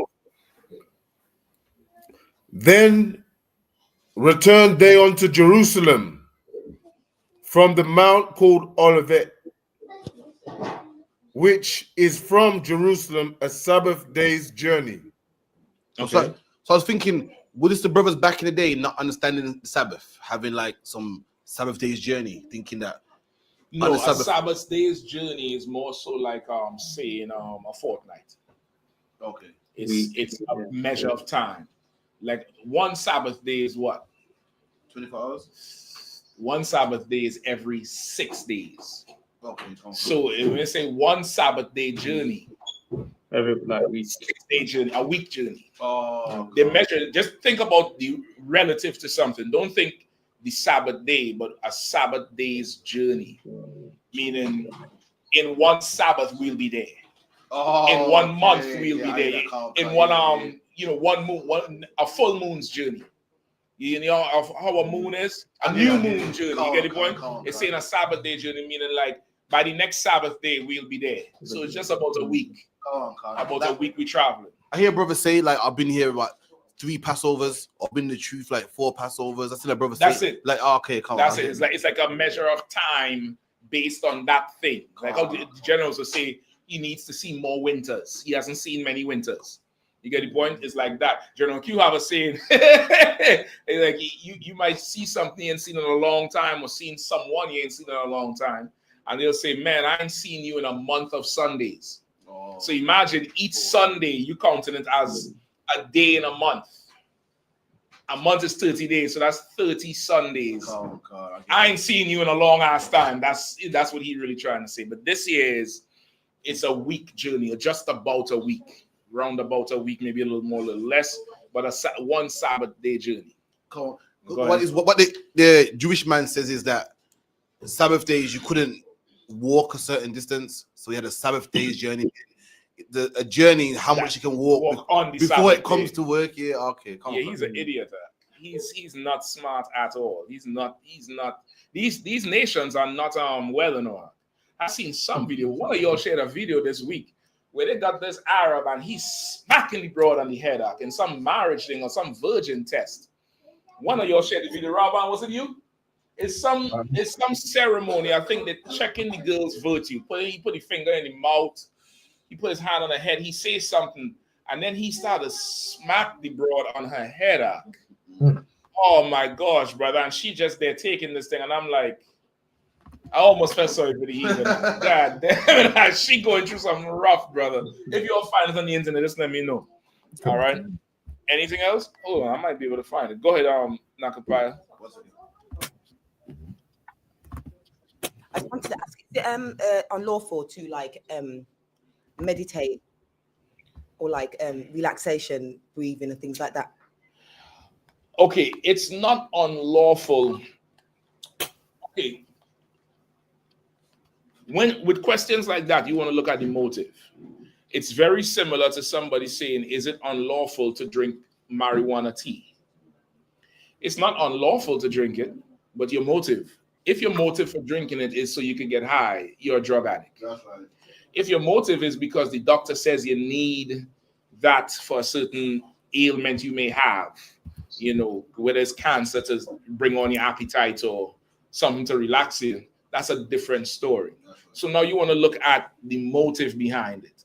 Now, if I'm not saying you specifically, but somebody suffers with anxiety, a horrible anxiety, and they may think meditation might be an aid or medicine that they would need to help them focus, help them, be able to focus and relax at the same time and think about this one thing and do it. It would not be unlawful. You get the point? I would say get counsel for it at first before you even do anything. But if your motive is just for the sole purpose of being able to focus more, manage your anxiety, taking a minute, and even the whole meditation thing, we understand comes from idol worship. Really, it's no different than you going off to somewhere in the house by yourself and just chilling. Get the point? Everybody has them moments. A lot of brothers do. They pull up in front of the house with the car and sit there in the car for about half hour. No music, no nothing. You ain't scrolling. You just there. You wait till they reach the point where you're driving without music. The kids are asking you, why the car's so quiet? I'll tell you why the car's so quiet, because in my head it's loud. You get the point? You may need a quiet moment. You may need a quiet moment to sit or lay in a certain bed or sit in a certain chair that gives you a certain amount of physical comfort so that your brain could relax. Go ahead. Have you heard of ASMR? Yeah, ASMR. Okay. Now I see the ASMR on the internet where they have this is like a sensory thing, yeah. But then there's an ASMR treatment where the sound deprivation. That's what you're talking about, or no? I don't know about that one. To be fair, I don't know about just the sounds and stuff. Like, is that, I don't know. Sometimes I listen to it and I think, I don't know, it just looks weird as well. You mean like the songs that they would play would help you? Yeah. Okay, that's not unheard of, and it's okay. Don't think that deep into it unless you feel yourself going into some meditation, worshiping some God. It's no different than putting on rain songs for kids. Little babies upon rain or not the white noise. I think that's what they call it for babies, and they fall asleep. And then you put on the lullabies, tum tum tum, tum tum tum, tum tum tum tum tum, and that plays for them, and they sleep. It's no different. It's no different than you listening to music while you're cleaning, or you just laying in the bed and you want a certain sound playing. It's no different than that. You get the point? So again, just get counsel on it for whatever you're dealing with. I know usually people who might go into the meditation is some form of anxiety, which plagues everybody in the earth today, just because of how the world is. A lot of people did not recover from COVID. Right now, people is losing their mind over Trump. You should have seen them in DC, brother, when Kamala won. The bitch couldn't even go to Howard to concede the race. I don't know if you all knew that. They had thousands of people in Howard University waiting for her to win. She didn't even show up when she lost, and they cried and left, and they haven't recovered. And what Trump doing now, they in the world, they don't understand the Lord is moving all the pieces. They're very, very depressed and anxious and scared now. So it's part of life. Go ahead, sis. What about like yoga? Like I've heard that it's unlawful, like the whole I think the general covered it one time, but he said that it's like similar like about your intentions. I remember the class vaguely. What would your stance be on like, yoga? Yeah, I thought you said yogurt. So no. Brummy. I'm getting onto the like, Brummy. I'm getting onto the Brummy. Yogurt. And like Pilates, them kind of like classes that women do. This is not just women. A lot of men do it. Not the average Joe in the street. The average Joe in the street thinks it's feminine. A lot of these professional athletes have to do yoga and Pilates because it trains the finer muscles and the tendons and ligaments that helps them avoid injuries. My recommendation to you is go do it if you want to, preserve your body, right? I would say go do it. Any form of exercise is pretty good. Different types of exercises is good. I would say go do it.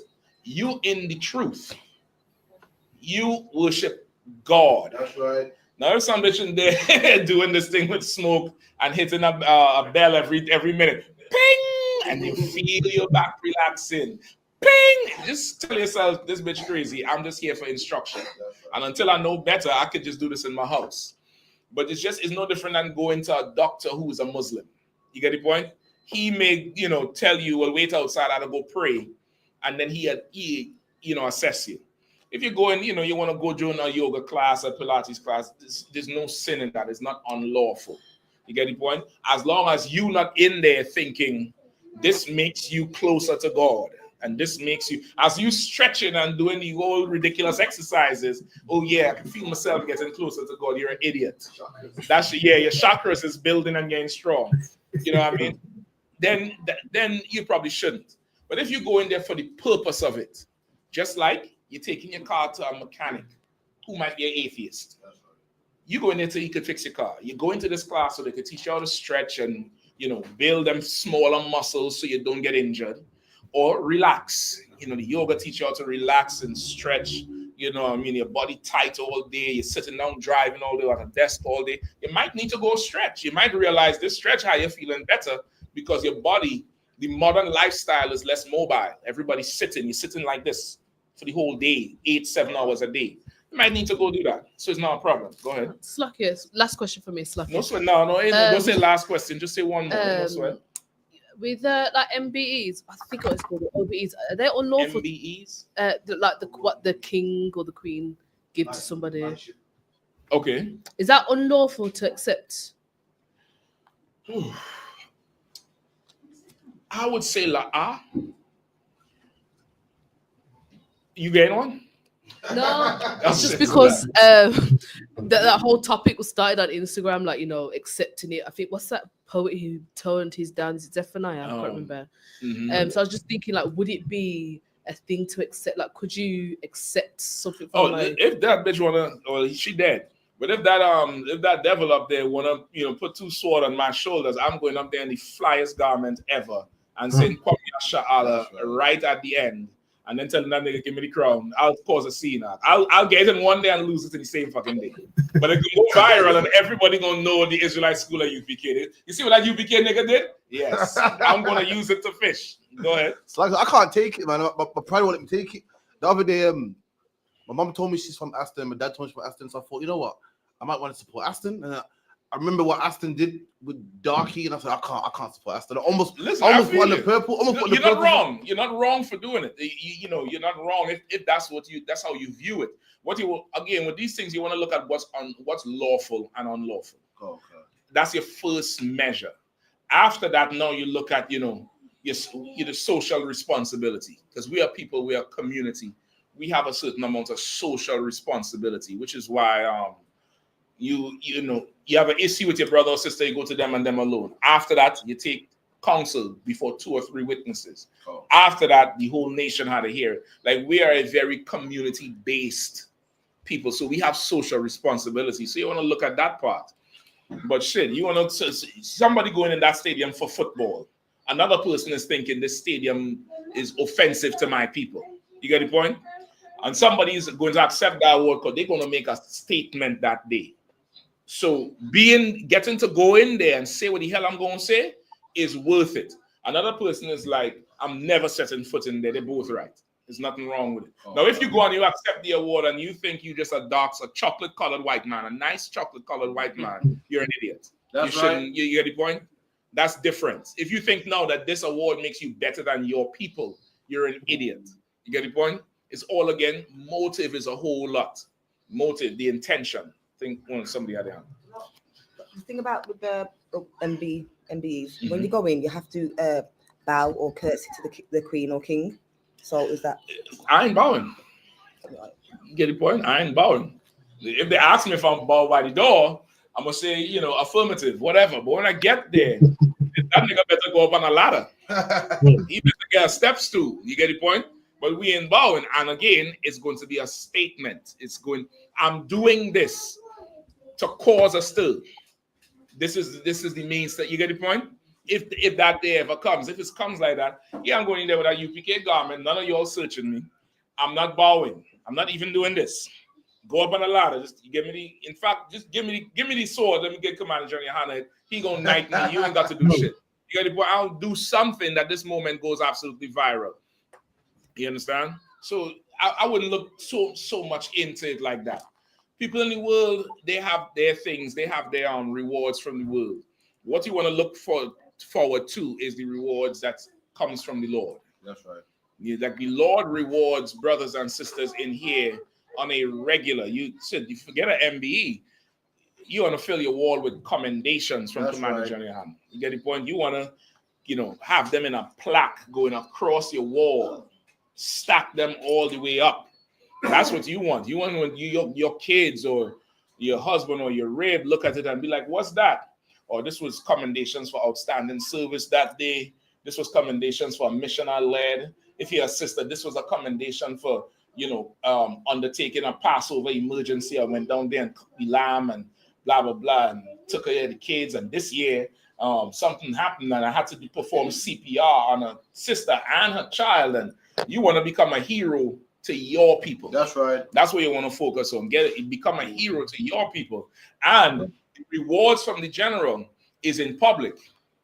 There's a reward from the Lord that, you ain't even seeing when it coming through. You get the point?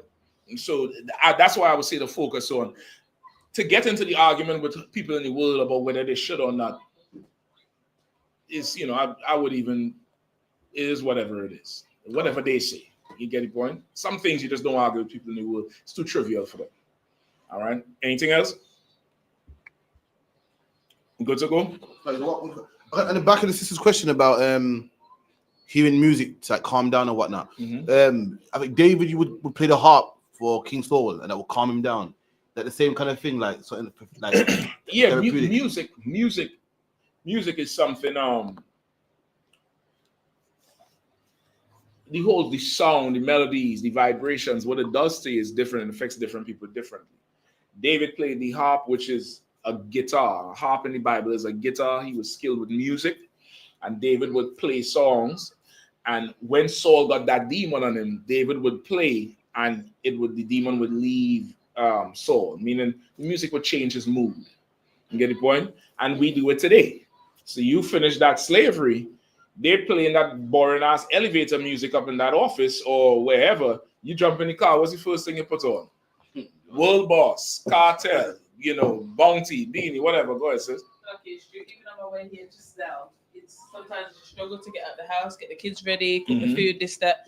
I said to the kids, be quiet on the back seat. I'm about to play my music. and between the house and here, I need to come down. You so play your music. Music, it does a whole lot. It does a whole lot for a person's mood, for an overall mood, for anything. So that would be a good precept for it. You know what I mean? To show how it changes mood. All right. But there's nothing wrong with those techniques to relax. You had your hand up too? Go ahead. Go ahead. Like, say you had a condition and something was wrong with you, and you needed a donor, but that donor is from a dead person. Is that lawful? Okay, why would it not be lawful? I just thought it wouldn't be because the person's dead. Okay. This is how it is. Okay, at the time when the laws were written, I don't think there's a record of, an open heart surgery. You get the point? I don't think there were surgeries performed in times past, of course, with women giving birth, different things. You may have, in war, you may get cut in your, across your stomach, your entrails is out, you get surgery for that thing. Now, if in today's society, you had to go for surgery, you had to go for some kind of blood work. Sometimes people get confused and twisted, or not in your case, but there's other cases where that person may succumb to fear. Like the Jehovah's Witnesses, they believe because the Bible, the scripture with the blood, if somebody can find it, blood is the life force. They believe you can't get a blood transfusion, right? And people die from it. Officer Shaw in Trinidad, his sister recently passed because she was sickly and she needed blood. And the blood was there in the hospital to give her. They're asking her for it, but because she was such a staunch Jehovah's Witness and really sincere to the Lord in her mind, she refused the blood and died. And that tore Officer Shaw to pieces. That set him on a mission to dismantle that Jehovah's Witness. He had to make tapes on them till they go away. And that can happen. What you want to do is get counsel on everything. Give me that scripture too, if you know where it is in the Apocrypha. All right? If you know where it is too, either one. Give me that. That's really the end all and be all with every single thing you want to do. All right, what do you have? I got Deuteronomy 12 and 23. It says, only be sure that thou eat not the blood, for the blood is a life, and thou mayest not eat the life with the flesh. Thou shalt not eat it. Thou shalt pour it upon the earth as water. Right? And you should not collect the blood, because the heathens like Hamites and them, they collect the blood to make food with. They cut the neck, put the bowl under and collect it. I'm not sure if that's the Jehovah Witness scripture. Is that the one? I believe so, sir. They believe that you can't have a blood transfusion because the Bible says don't have blood. Hold on. Where was it again? Oh, Deuteronomy 23, I believe. Let me go back. It was Deuteronomy 12 and 23.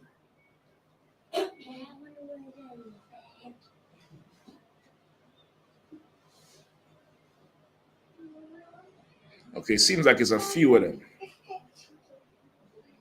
Leviticus 17 and 10 is one. Yeah, that one of Deuteronomy would work too. All right, because it's all about the eating on the blood. They use this to say you can't mix the blood or you can't accept blood from somebody else. And of course, people die because of it. The Spirit of the Lord wants us to live. The Lord wants us to live. He doesn't want us to die. So once you understand the Spirit of the Lord, now you're able to make better informed decisions about your life. So now if you have to get a we call it transplant, right? You gotta get some from an organ donor. What you want to do is consult with a doctor or doctors. Get get a second or a third opinion. Then you bring what all of them say back to your camp leader or ask for counsel from the general and run the whole thing down and be honest. And then listen for the counsel. More than likely, it's going to be go ahead and get the organ they're giving you. Depends on, of course, the chances. Even with that, there's whole compatibility if your body going to reject it in percentages. You want to get counsel. Now, not all the time you can get an organ from a dead person. You could get an organ from a living person. Like, for example, your kidneys, right? You could get a kidney from somebody who's alive. And now the question is, they're alive. Would that make a difference in your case? If they're alive, is there any confusion if they're alive? No. It's different. Yeah. Okay, but if they're dead, it's like you don't want this dead person. Okay, at the moment they take the organ, the person is not dead or probably just died, which means the physical body is still living for moments after. The physical body is still, the blood's still flowing. It takes a little while for all everything to just go cold. And they'll harvest it at that point. And, it's not they're taking it out of, a full corpse. You get what I'm saying? All right, somebody had their hand up again? Go ahead. Say the same thing, like they take it before the body is completely dead. So technically, you're not having organs technically from a it's dead not, person, like the blood is you ain't still unclean. I mean, you touch a dead body, you ain't unclean. But I would say get counsel at the same time. Get counsel for anything medical that's serious. You know what I mean? That this is life changing. I would say get counsel on it. All right, Rob, you found the other one-on-one? Come on, sir. Go ahead. Ecclesiasticus chapter 38 and verse 1. Honor a physician with the honor due unto him, for the uses which he may have of him. No, that's not all I want. I said counsel. I might have it, sir. It might be Ecclesiasticus 37:16. Go ahead. Let reason go before every enterprise. That's the one I want. Go ahead, read it again. Let reason go before every enterprise. Let reason go before every enterprise. Now you might read it and think let reason go like let go of reason. That's not what it's saying. Let reason go through the door before you. You going into the door of an enterprise, meaning you want to go do something. Let reasoning go in there first.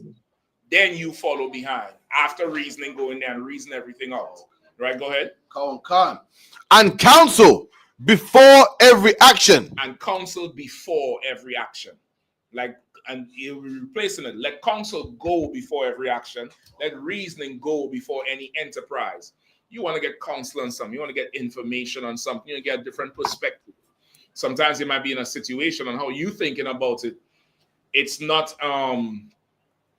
you not covering the whole scope of things because you're so involved. You might need somebody who is not involved, who could lift their head up and see the whole thing. Just get counsel before you do anything. That's with everything, whether it's medical, personal, whatever it is. Just make a call, get a different perspective, and you know, somebody who doesn't feel it as much as you. The feelings could help you. Once again, like how you had the feeling of the death. Somebody might look at this thing and say, if you don't get this, you are going to die tomorrow. That might put your feelings away. You get the point? So you want to get counsel. That's really the end all and be all.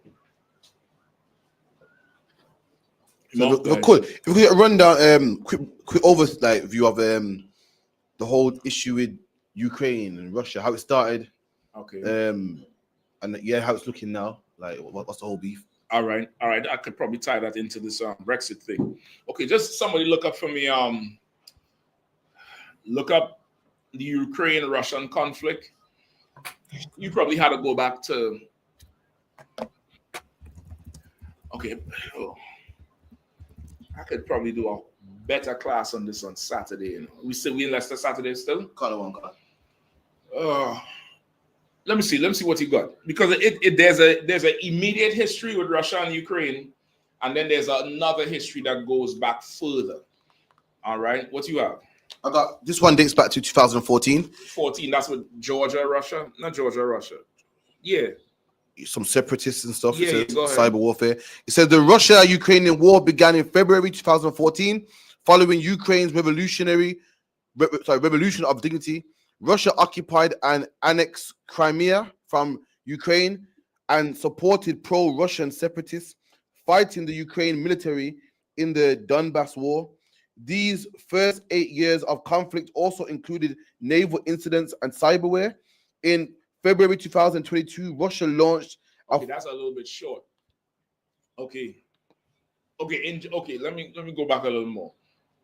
They are all the same people. They're all Norman, like Viking type people. Those type people from north, from Norway, Sweden up north. That's them who came down. This was probably 800, 900 AD, right around that time, 900, 1000. All those, that's when they're building their empire, right? Before Russia's capital was in Moscow, Russia's capital was in Ukraine. It was in Kiev. Kiev was the capital of Russia before, right? I forget the splits. They had different splits with different rulers, their sons. The son killed the father. He wanted rulership. Then it moved on to somebody else. Then some nephew killed out the whole family and take rulership. So they had all these things going on. You could look this up. I probably did a class on this before. I'm going to look it up too and send it to you. So all this is going on all the way up until we're talking about 1100, 1200, 1500, all them times coming up all the way. All these things is happening. And the capital moved from Kiev to Moscow. I'm trying to remember under which rulership it did it. You could look it up. Under which rulership it moved from Kiev to Moscow. And that's where the capital is now. Before, I think 1990, you had, remember East Germany, West Germany? Before Germany was a whole unified place, there was East Germany, West Germany. In them times, they also had the USSR, the United Soviet Socialist Republic. I think it was Socialist Soviet Republic. The USSR, that's what Russia used to be called. But it also entailed all those lands around modern-day Russia, Ukraine, all those Kazakhstan, Uzbekistan. Robin, I might need a map up on the screen, all right? Oh, okay. I might need a map up on the screen. Did it you find it, Cap? After, I think, saying the date changed and whatnot, but not under whose rule. What date? It says, in 1917, after heavy fighting, Soviet power was established in Moscow. Then might be this Vladimir Lenin. I think it changed before him, or it rose up as a capital. Down there, like they had two states.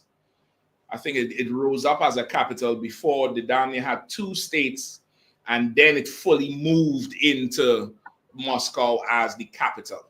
But before it used to be Kiev, right? they're all the same people. Don't think it's two different people. That's why you could find video. Okay, so that's Russia today, right? Come on. You could zoom in. Yeah, come. See all them the dark territories under there. Come.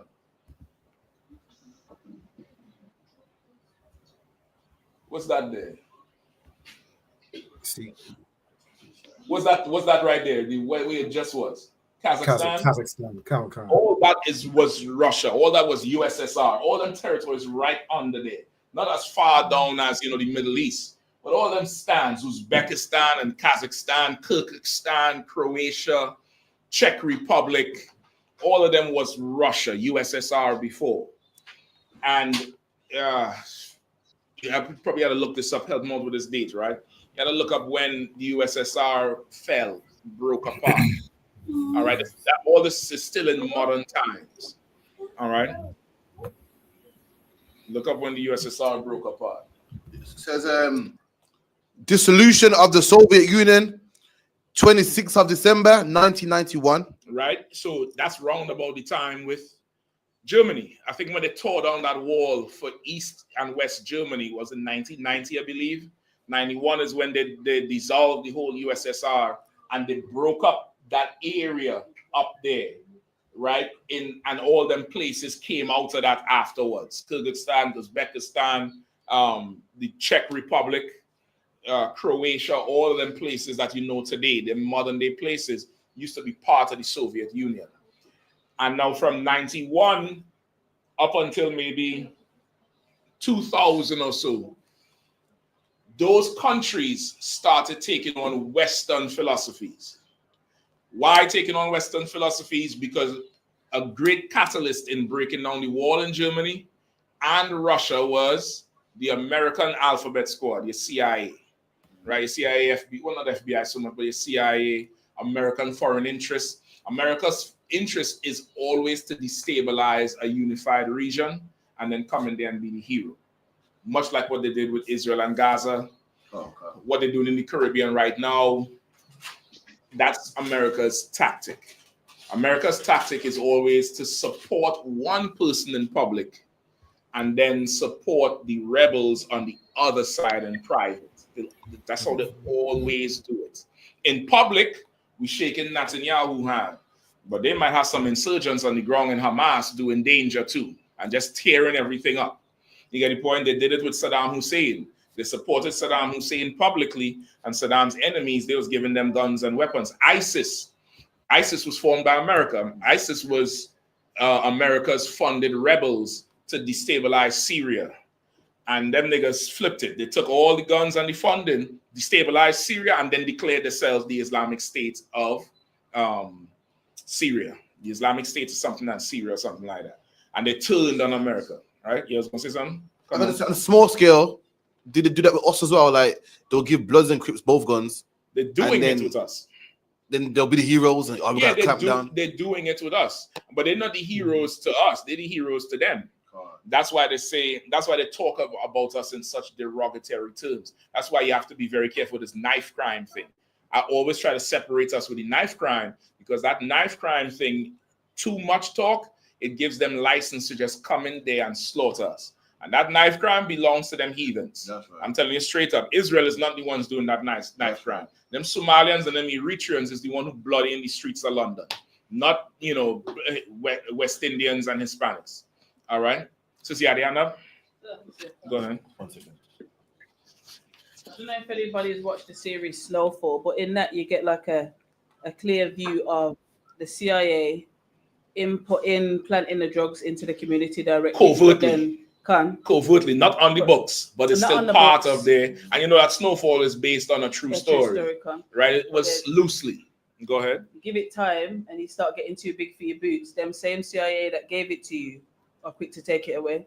Exactly, but now, of course, in that scenario, that wasn't so much destabilizing us.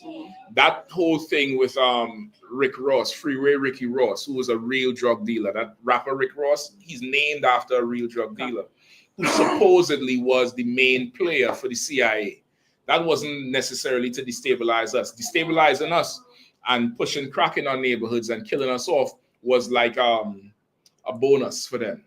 That was part of the Iran-Contra scandal, where Iran had American hostages. And America has a policy of we do not negotiate with hostages. What they did was you had the Contras, who was a rebel group, I think in Colombia or Ecuador. Somebody could look it up. There was a rebel group, Contras, Contra, right? They would buy the drugs from the Contras, sell it on the streets of America to make more money to pay for the release of the hostages in some underneath deal. And I think there was guns involved too. It was a three-way thing where we were the ones who was raising the money up through the drugs. You get the point? Go ahead. Khan, it's correct. Not to put too much light on that series, but it did turn out that the basis of it was to fund some war somewhere else. Yeah, that it really wasn't the war; it was the release of them hostages. And this was mastermind. You could look up a devil called Oliver North. Oliver North, a next one named Poindexter. Oliver North, Poindexter. I think Reagan was part of that. Reagan or Nixon, I always mix them two up. One of them was the president at the time. You could check it out, right? I think it's Reagan. I think it's Reagan because his wife was the one who was always saying say no to drugs. Meanwhile, he's the one okay in the drugs. So that's how they always do. They destabilize these regions and then, of course, start to attract them with Western philosophy, Western lifestyle. Go ahead, sis. So basically, the crack and stuff coming in, the crack era that kind of brought us down, it wasn't a direct attack on us. We were just kind of like collateral damage. We was part of the perfect storm then. We was like, well, we got these niggas here. We trying to get rid of them anyway. Okay. Get it point? We trying to get rid of them anyway. We tried the Planned Parenthood route with Margaret Sanger after slavery was so-called abolished in 1886 in America. They tried so many ways to get black people out of America. The whole Marcus Garvey movement was funded by the American government and I think the Russians. That whole thing was with repatriation. The whole thing that was just powerful speeches and black power. They wanted niggas gone. That's why they set up Liberia. All that was to get niggas out. They didn't want. And when that failed, they brought in Margaret Sanger with the or could be before. I might be mixing up the times. But they had that. They had Margaret Sanger with the whole abortion and what's the word? Not euthanization. Forget the word they use. Sterilization. Not sterilization. It's another word. It's escaping me now. But all that is part of the process where they sterilize the woman, the Native Indians, medical treatment. They would sterilize the Native Indian woman to reduce the birth rate so they'll eventually die out. It was always trying to get rid of these Negroes. And then when this thing come up with Iran and the hostages and the Contras, now they say, well, we could do this, poison them. They'll kill each other. They'll slaughter each other. We'll take the money and do business. And then we could always come in and crush everybody and be the hero with the war on drugs. War on drugs. So they create it and then come in and be the hero again and we the collateral. Go ahead. So like you said, so like over time we've had like, let's say slavery, then we've had Planned Parenthood, then we've had the drugs, etc. What could in current affairs now, what could you give some examples of what tools they're using to bring us down as a people now? Okay, it's already in motion where they don't have to do too much, right? The number one tool is Christianity. That's right. The number one tool is just Christianity. Down there, it works so perfect. They're never gonna get rid of it. They're never ever gonna get rid of it. So it's right now. It's already in motion. There's nothing new. There's nothing. The drugs is there. The Christianity is there. They're introducing a whole ton of lust now, but I can't even say that. That seems to always have been there. Pass the mic up, sis. Go ahead. You said lust. What is it? Would you say LGBTQ is one of them as well? Well, the LGBTQ was always there. They just was in the wind, right? The civil rights movement that you know of with Martin Luther King and Jesse Jackson was not a black movement. It was an LGBTQ movement. You could look up A. Philip Randolph. What's the next one name? A. Philip Randolph. Oh, I forget the next one name. There was two homosexual men from San Francisco. that saw the black movement from the south with the Pullman workers. You had Pullman porter workers, which was these workers who would work with the trains, right? And your Pullman workers would be the men who would like your stewards on the train, the one who pulling in the bags, taking care of the train, all those things. They're your staff then, your staff for your metro, and they would have different strikes. And around the time when they were striking for better wages, equal wages with white people, you had the thing with Rosa Parks. Rosa Parks, with the back of the bus, was at the same time with the Pullman porter workers, and that thing grew legs based on what she did. That movement started to get big because the Pullman workers wouldn't just be local. They down here, like our flight attendant, might be from Birmingham, but for the next 2 months, she had to travel back and forth to Singapore, and then from there, she and another staff going to Russia. You get the point? So they're traveling. And because they're getting to travel, the movement is getting bigger. The whole talk about equal pay and this and that and unionizing, all that is getting bigger. A. Philip Randolph and Baynard Ruskin, you could look them two up. There was two sodomites out. And they saw that and they said, we could use this to further our cause. And these was Israelites, but they was homosexual. And these was closeted homosexuals in the West, in Hollywood, in LA, San Francisco at that time. And they really hijacked the civil rights movement to push them more into acceptance into America. So now, which is why you would see in Hollywood, you started seeing all sorts of unnecessary sex scenes in movies. All that is to create the lust and make the deviancy normal. Right? So right now, your children are growing up in a time where seeing two men intimate on TV, two women, would be normal to them. When this was a shock factor when you and I growing up. You get the point? So that's there was always in it. There was always there. There was always in it. So there's no really new weapon. It's the same thing because it's the same people they've been fighting. All right. So now America done destabilize that whole zone. And then the propaganda comes, the Western style, the philosophy from the West. Give me hold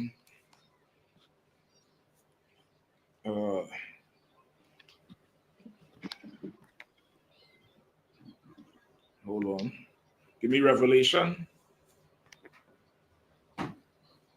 Oh boy.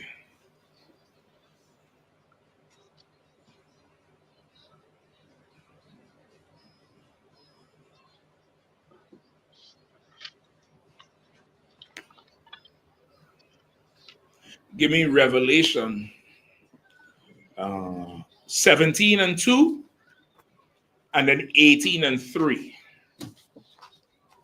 Oh God, the book of Revelation, chapter 17 and verse 2.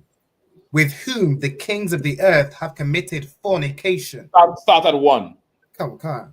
And there came, Revelation 17 and 1. And there came one of the 7 angels which had the 7 vials, and talked with me, saying unto me, come hither, and I will show unto thee the judgments of the great whore that sitteth upon many waters. And that great whore, is America. It's personified as a whore because this is a woman that seduces you and destroys you just like America does, like a great whore, like a whore with reputation. And like a whore that sits on many waters. The waters are the people, sits on many people, which is why the Statue of Liberty is a symbol of America. It's a woman clothed in damn near nothing but a robe sitting out on the water off the harbor of Manhattan, right? Which was, I think, a gift from the French, I believe, right? It's the great whore that sits on many waters. John the Revelator, the angel told John, listen, I'll show you the judgment of the great whore. Go ahead. Con. With whom the kings of the earth have committed fornication. With who what? With whom the kings of the earth have committed fornication. With who the kings of the earth have committed fornication. Meaning all these world leaders have slept with this whore, or like how black people say, I don't F with you, I F's with you. That's how we talk. That's in the Bible. The kings of the earth have F with them. That's right. They F with each other. Yeah, they F with each other. That's how we talk, but that's in the Bible. The kings of the earth have slept with this whore, have laid down with this whore, have gotten down with this whore. And right now, Donald Trump is bathing the hall, making the hall nice and clean again to lay down with everybody. And when I say nice and clean, not literally clean, but he's making this hall to the point where you cannot resist. Even if you don't want to, you cannot resist. That's why UK is concerned. That's why the EU is concerned. You heard what he said about the UK and the EU, right? He said the UK is out of line. He said the EU is more out of line. But UK, me and you could work it out. We could probably work that out. But the EU, you're out of line. UK politicians said, he thinks we're a pushover. We shouldn't take that. The problem is you're not in a position to not take it. But what Trump is doing and what you done did 5 years ago, nigga, you the bitch in Europe now. That's right. Because you're balling now. Gas too high, food too high. You talk shit about the EU 5 years ago. Now, last week, Keir Starmer went to the first EU meeting in 5 years. He showed up on the door. Can I have some more? No, because now Trump could talk shit because you can't go running back to the EU. They're going to make it hard for you. You left. You left the table. You thought you was big by UK. You didn't see COVID coming, and you didn't see Ukraine coming. So now you're bust on your average. You call your bluff on the house one. So now Trump is punking UK to side with him. And it's something I don't think UK would be able to resist. If they're able to resist, brother, it's going to be rough in Europe. Putin came out and said it. Putin said, if y'all don't watch it, Trump will have the whole world kissing his ass. Putin said it recently, like a week ago or 2 weeks ago. So that's what's going on now. Because they done laid down with America, it's rough now to even get out of it. Keep reading. And the inhabitants of the earth have been made drunk with the wine of her fornication. Have been made what? Have been made drunk. Have been made what? Drunk. They have been made drunk with the wine of her fornication. I ain't got to get too graphic, but it's not only talking about the drinking wine. You get the point? They done laid with America, and America made this thing so sweet for them. They done become drunk with America's ways and philosophies. You'll see Dubai. Dubai is supposed to be, Muslim country. What's that thing they have on Fridays? Not Hajj. Juma. I don't know if Dubai observes any Juma. I don't think so down there. I think Dubai is Las Vegas in the East. That's right. It's a bigger, better Las Vegas because of America. You get the point? Not saying America made it, but America's philosophy and ways is so seductive. The sheiks and them, they close the Quran. They put the Quran over here. But Allah don't see, Allah can't grieve. And they went to build Dubai. Go ahead. In certain beaches, like they'll have it. Well, there's loads of clubs. They'll have it where you can be naked, basically. Yeah, because it's like a private. They find some way to say that it's okay because it's for tourism or whatever else. But you're drunk with the wine of America. That's right. And there's certain countries that have not taken the wine of America. Russia is one. China is another one. North Korea. There are probably a few others I can't name right now. Go ahead. No, saying even countries like Turkey, which is supposed to be Muslim countries, you can drink all the alcohol you want. Oh, Turkey doing all the butt implants right now. All the BBL. all the bad BBL. The BBL, they reach home, the thing leaking, you dying, all kind of shit. They're doing everything because of America's philosophy. America's way of life is just so seductive. It's so, damn, it's wow. It's a lie, but it's the sweetest lie you've ever been told. And that's what started permeating all those countries under Russia, right? Under that area, them stands and them, Ukraine and all of that. And it's been pulling that region westward. You get the point? It's been pulling that region towards the west and taking on Western philosophy, Western lifestyle. UK too. I hear y'all buying automatic cars now. Y'all let go the manual, right? Yeah, y'all ain't buying no manual no more. Y'all buying automatic Tiptronic. Y'all just saying uncomfortable. Y'all was holding on to them manual cars. That's the last Vanguard. Now you're fully American. Wait till they start driving on the other side of the road. Oh, come on. The article saying that our kids are speaking with American twang now. because of the cartoons. And what else is saying again? Basically, they're having so much screen time watching YouTube and American kids. They're speaking Americanisms in the classroom. That's what's going to happen. And okay, don't buy into that shit, because they're not speaking Americanisms. They're speaking the tribe of Judah. Don't forget it. American culture is nigger culture. That's right. What you're seeing on TikTok and YouTube as American culture is black culture. Nobody is talking like you from Wyoming or Montana or Utah. They're all talking like they're from Brooklyn or DC or Southside Chicago or Philly. They're all saying jaunts and joints and that shit fly and fresh and riz. They're all saying shit we say.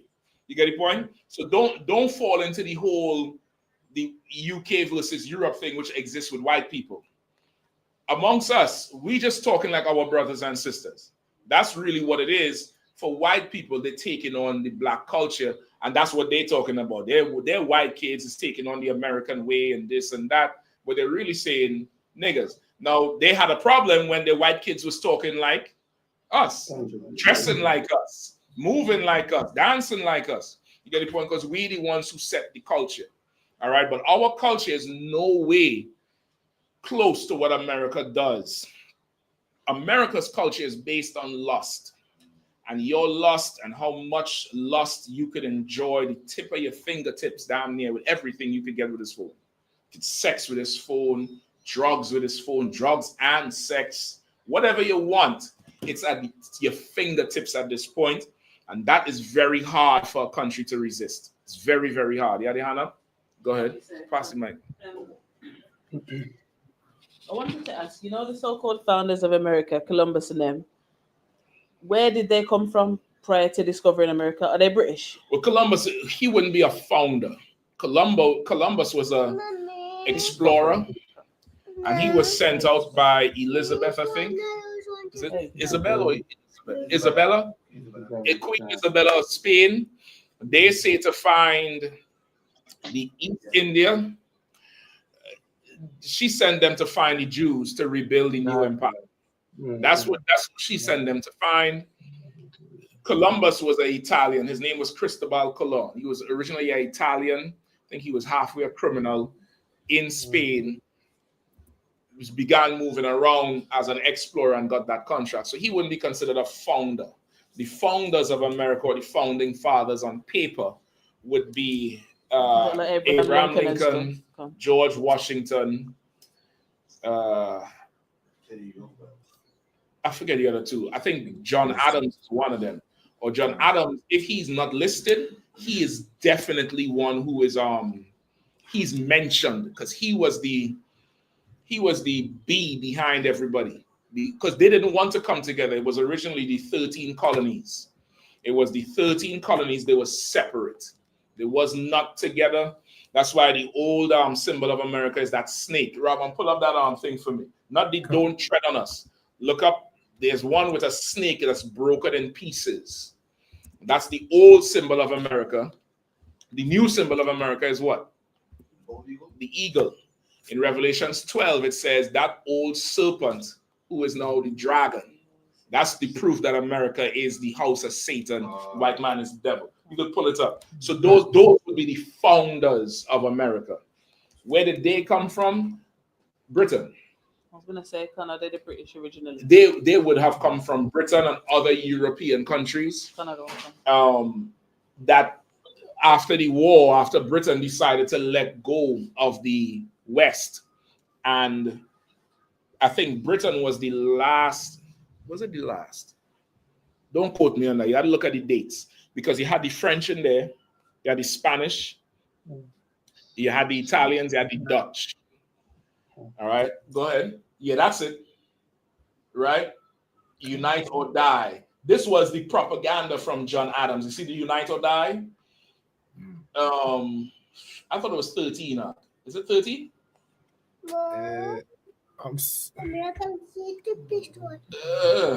I thought it was 13. Maybe it's 12. Maybe, I don't know. But this was the propaganda saying unite or die. John Adams went to George Washington. He made a deal with George Washington. If it is that he supported him and brought the army, he would be the first president. right? George Washington controlled Virginia and the Carolinas, I think. At that time, there was one Carolina. It wasn't North and South. It was just one big Carolina. And he was a military man, and he had a ton of might and power, and he needed him on board to make the shit work. And they had to come together, or else risk just being fractured amongst the rest of Europe, amongst, you know, Spain and Dutch and all of them.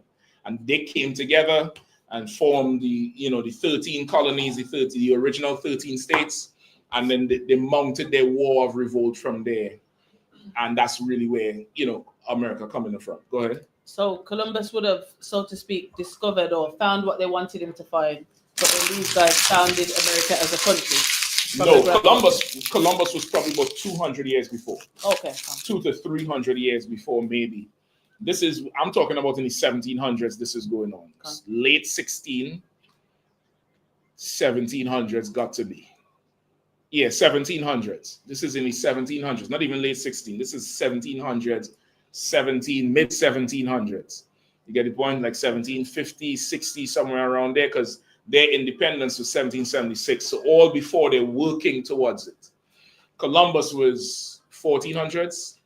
Yeah, way before. Yeah, I think 1400s, late 1400s. He's, you know, moving around and doing all this type of, yeah, late 1400s. So he would have not discovered the place, but found where these Israelites were. Okay. That's really what you want to think. He found where these Israelites were, and the rest was just an invasion after that for hundreds of years. All right, no sweat. Okay, so where we are now? So now, these countries are getting seduced by America's lifestyle.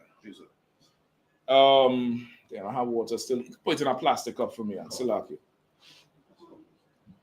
These countries are getting seduced by America's lifestyle.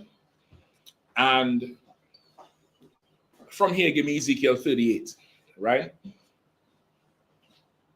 trying to remember exactly when. Now, Russia, what remained of Russia started, it was hard times with Russia. I believe this is with Gorbachev. And one of them presidents could be Nixon or Reagan, where he made a trip to America at a time where people in Russia, you could look, somebody look this up too, please. You know, Robin, you could look it up, all right? Or Tizak, or anybody. Look it up, where there was a time where Russia was hard times, like no food on the shelves. They had bread lines. So you had to go for your monthly ration of bread and a quart of milk. They scale it down to, you know, they scale it down to, you know, your needs. And you out there in the cold. And Russia's leader at that time, I believe, was Gorbachev, made a trip to America. An American president was showing him, I believe it's Nixon. Might be Nixon, or it could be the first Bush. Took him to the grocery store, and Gorbachev was floored by the amount of food America had compared to what he had. And then they made a deal, or not made a deal, I don't want to say that. He started now to lean more towards the West because America was showing him a good time. Like, listen, saying, you don't have to live like this, nigga. You don't have to eat. You don't have to not eat. You could, you know, you could side with us. You could lean this way and you could start to eat. Look it up. Whoever is looking it up. You found it yet? I'm trying to, I don't know if this is the right one, but it's about the bread lines. Come on. Let's see, sure. Right, and a brief history. Okay. So, like, I believe under Gorbachev, after Gorbachev was Boris Yeltsin, and then after Yeltsin was Putin. Putin was a young politician, I think, under Yeltsin. And Putin, he was around with Gorbachev with the bread lines. He was around with Yeltsin when Russia started leaning towards the West. Putin saw all of that. Very similar to another guy called Maduro in Venezuela. Maduro was around as a young boy in the game of politics with Chavez. When you all remember Chavez from Venezuela. Remember they tried to assassinate him, all type of shit. at one time, Chavez was siding with America. He was there. The country was going in the way of America, and America double-crossed Chavez. And after one of them, Bush left, he went on the news internationally and said, oh boy, a cold statement. Something like, I smell brimstone and smoke. That's the proof the devil was just here. Something like that, he said, calling the US president a devil. And from that point on, he went Russia's direction. Go ahead. Quickly, politics is just 1 and 2. It's not just good and bad. Well, they're both bad. There's one side or the other. You say that. What do you mean? The right now you got the West and the East. Mm-hmm. That politics as a whole. There's no 3 ways, 4 ways. Just like today you got America, UK, France. Then you got North Korea, Russia, China. That has always been politics as a whole for the most part. Okay, politics, brother, is a game of power. And you trying to align yourself with who you think is going to end up with power. That's what politics is. Sometimes people have power today and everybody runs to them, like Biden and Kamala Harris. They had power for years. And people rushed to them and align with them and give them support and wasn't watching the play. And who ended up with power was Trump. And look what he's doing to everybody who sided with them. That's politics. Politics is thuggery. It's what goes on in the streets. It's gangs. That's really what it is. They're just wearing a suit and tie and driving a Bentley and helicopters. But there's some grimy gangsters. That's what they are. Grimy gangsters. They're not, just, nice people who talk. That's not them. This is about power. The week after Biden won, what did he tell Ukraine do? If anybody was paying attention, anybody knows? The week after Biden lost the election, the election was early November, about a week later, he gave Ukraine missiles that was longer range so that Ukraine could hit the Kremlin. Because he's not in power no more. He wants the war to just escalate. So there'll be a whole, clusterfuck for Trump to deal with. That's your politics. You get the point? His last day in office, he pardoned his son, Hunter Biden, who was a crackhead, who was a felon, bought a gun and lied. He's on tape having sex with a ton of whores, bringing crack in the White House. They got pictures of him. You could pull it up now. Don't pull it up because they're fully naked pictures with him with a ton of whores in rooms with mirrors on the ceiling. This is Joe Biden's son. You could pull up this one. There's a picture with him with the crack pipe in his mouth in a bathroom. God. His son was charged with the felony for the providing false info to buy the gun. He was facing time. Joe Biden said last year he will not use his power to pardon his son. He said he will, if you do the crime, you got to do the time, and he is going to let his son do the time because he thought he was going to win. Once he lost the election, on his last day in office, he pardoned his son. That's politics. It's about power. It's about being in charge and staying in charge as long as you could. Go ahead, sis. Share the mic. When he pardoned the son was in the jail or no? I don't think he started his sentence yet.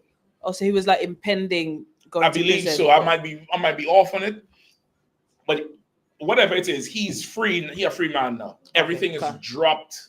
He got a presidential pardon.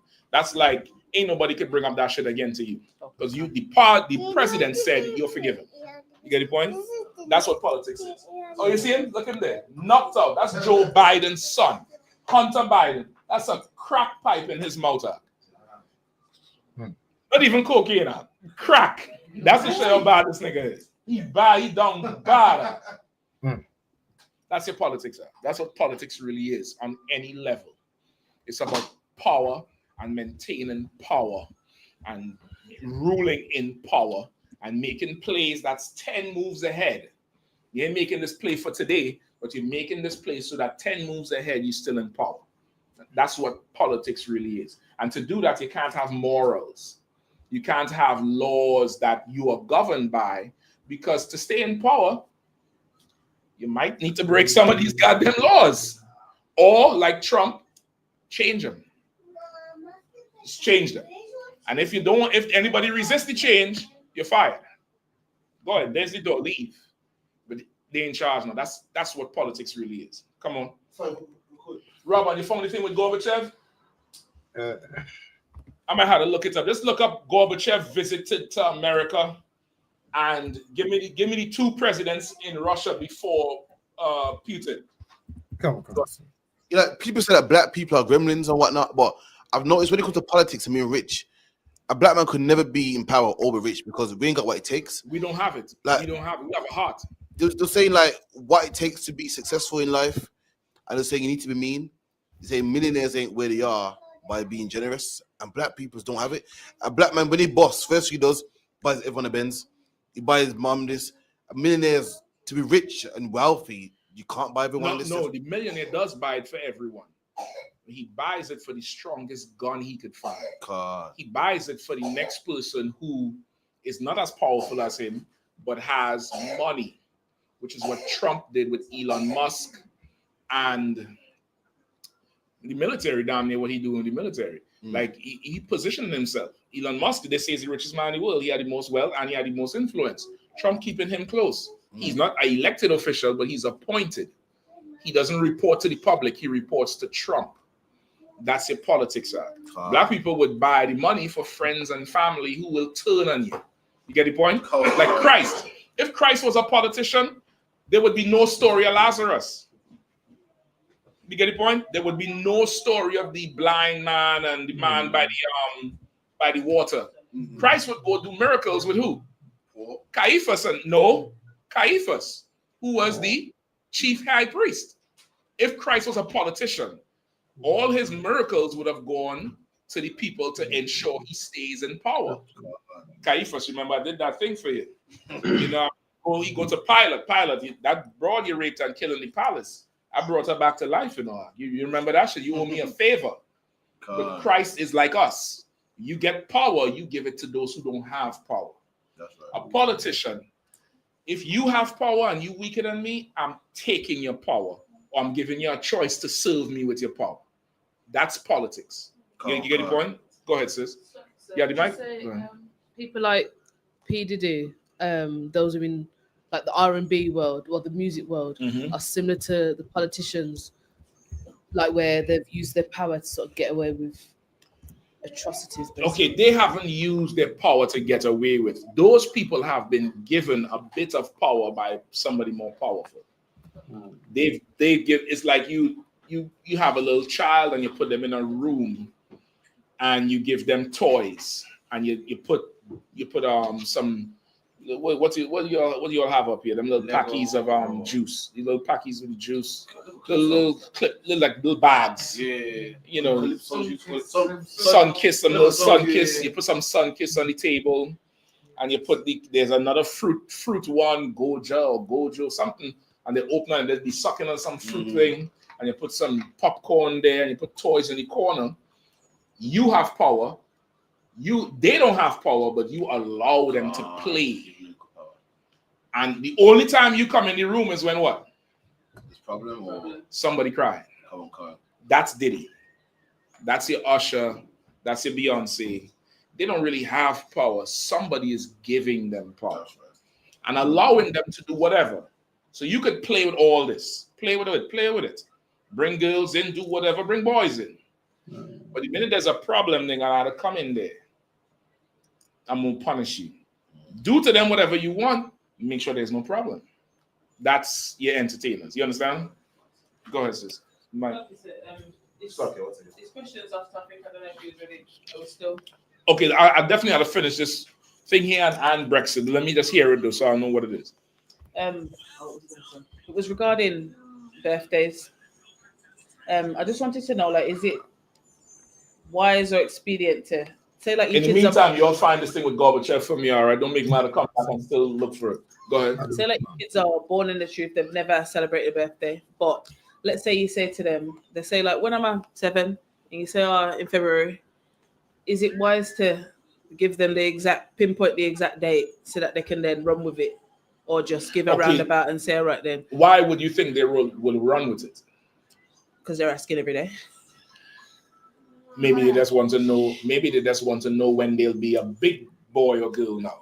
Okay. The run with it is in your mind. I went through the same thing. Okay. The run with it is in your mind. They probably just want to know because in their class, there's people who is 7 and they're stropping around like you a 6-year-old nigga. What the hell you talking about? I'm 7. Shit. You get the point? It could be that. Okay. What you don't want to do is over trivialize it. Not the over trivialize, but make something bigger than what it is. You kind of want to let them, all right, well, that's the day you were born. You don't have to say it, birthday. Well, the day you were born was there. So around that time, you would have 8 years on this earth or whatever. And if they come with some birthday shit, then you deal with it then. But don't work out scenarios in your head that may not be there. There's a time to work out scenarios. But there's sometimes where, as a parent, especially the type of parents we are, we coming from a dual background where we know the world and we know what we're trying to keep our children from. Okay. So sometimes that could kick in where you done create a whole mini series about what the hell gonna happen from this answer, and then you might answer them aggressive, and they're looking at you like that's all in you. So well, when will I be 7? Next year around June, next year around September. And you can even indulge them. Well, why you ask? Well, I want to be a big girl. I mean, you're a big girl now, or big boy now. You get the point? I don't even care about anything. Don't even care that much. If it does come up, then you deal with it then. But they might just want to know. Who the hell knows? Go ahead. So, for example, let's say we get to the month now. We've got to the time. And then you want to know, all right, you said that it was in this month. So what day? Now, I could tell you. It's minor for me to tell you, but... Well, you should just ask them. Ask them what's the reason you want to know the day. Okay. What's going on? Is somebody in school? Now you start to inquire because now something else came up. Cancer. You get the point? It could just be they're waiting to be 7 now so they could go in school and say, guess what, nigga? I'm 7. I'm going to lose my teeth in a second. It could be that. Okay. Or it could be something else. You just want to ask and don't think too far ahead. That would make you treat them a certain way or talk a certain way. And you're doing it from a position of love, so you're not wrong, but you don't want to convey it to them or cause extra worry that really is not even there. Okay. No sweat. Where we have with Gorbachev? Who have it? I have it, sir. Okay. So it says here, Soviet leader Mikhail Gorbachev arrives in Washington for a summit. The Soviet leader Mikhail Gorbachev arrives in Washington, D.C. for 3 days to talk with President George Bush. The summit meeting centered on the issue of Germany and its place in a changing Europe. Mm-hmm. When Gorbachev arrived for the second summit meeting with President Bush, his situation in the Soviet Union was perilous. The Soviet economy, despite Gorbachev's many attempts at reform, was rapidly reaching a crisis point. Russia's control over its satellites in Eastern Europe was quickly eroding, and even Soviet republics such as Lithuania were pursuing paths of independence. Some U.S. observers believe that in an effort to save his struggling regime, Gorbachev might try to curry favor with the hardline elements in the Russian Communist Party. Right. So you see, even there they mentioned Lithuania, which is a country you all know today. Lithuania was trying to break away from Russia at that point to get their independence. Russia was going through perilous time. They had bread lines and shit. Gorbachev saw what America had and was considering going to the Russian brass, that old school brass that's communist, and saying, listen, man, we got to do away with this communist bullshit. We got to start to do this democracy. They're thriving over there with that democratic system, with that capitalist system. Communism is everybody sharing in the profit and the loss. Now, that's communism. The capitalist is we make more money and make more money, F the poor. And he was like, this shit works. So now he went back to Russia and started to pull Russia westward. Right? Now, after Gorbachev was who? Yeltsin? I have it is select here. I'll click on it.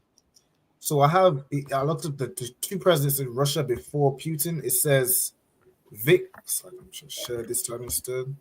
Victor, careful, because there was a time, just like with Trump, like how Trump was in, then out, then in. There was a time Putin was in, then out, then in again. Yeah. Right. So I want the two presidents before his first time in. Khan. I believe this is his first time. So prior to his first time, it was Boris Yeltsin. Right. Then prior to that, it says Victor Chernomyrdin. Okay. I think he was only in there before him was who? I'm trying to find it now. I think before him was Gorbachev. Is this it? Boris. I don't know why it only does to Boris Yeltsin. Okay, I believe I have it right. Somebody else could look it up. Somebody else who have a phone, just look it up. Because there was a time Putin was in, then he was out, then he was in again. All right. So now Yeltsin came in after, and Yeltsin was doing the whole thing with going to the West as well.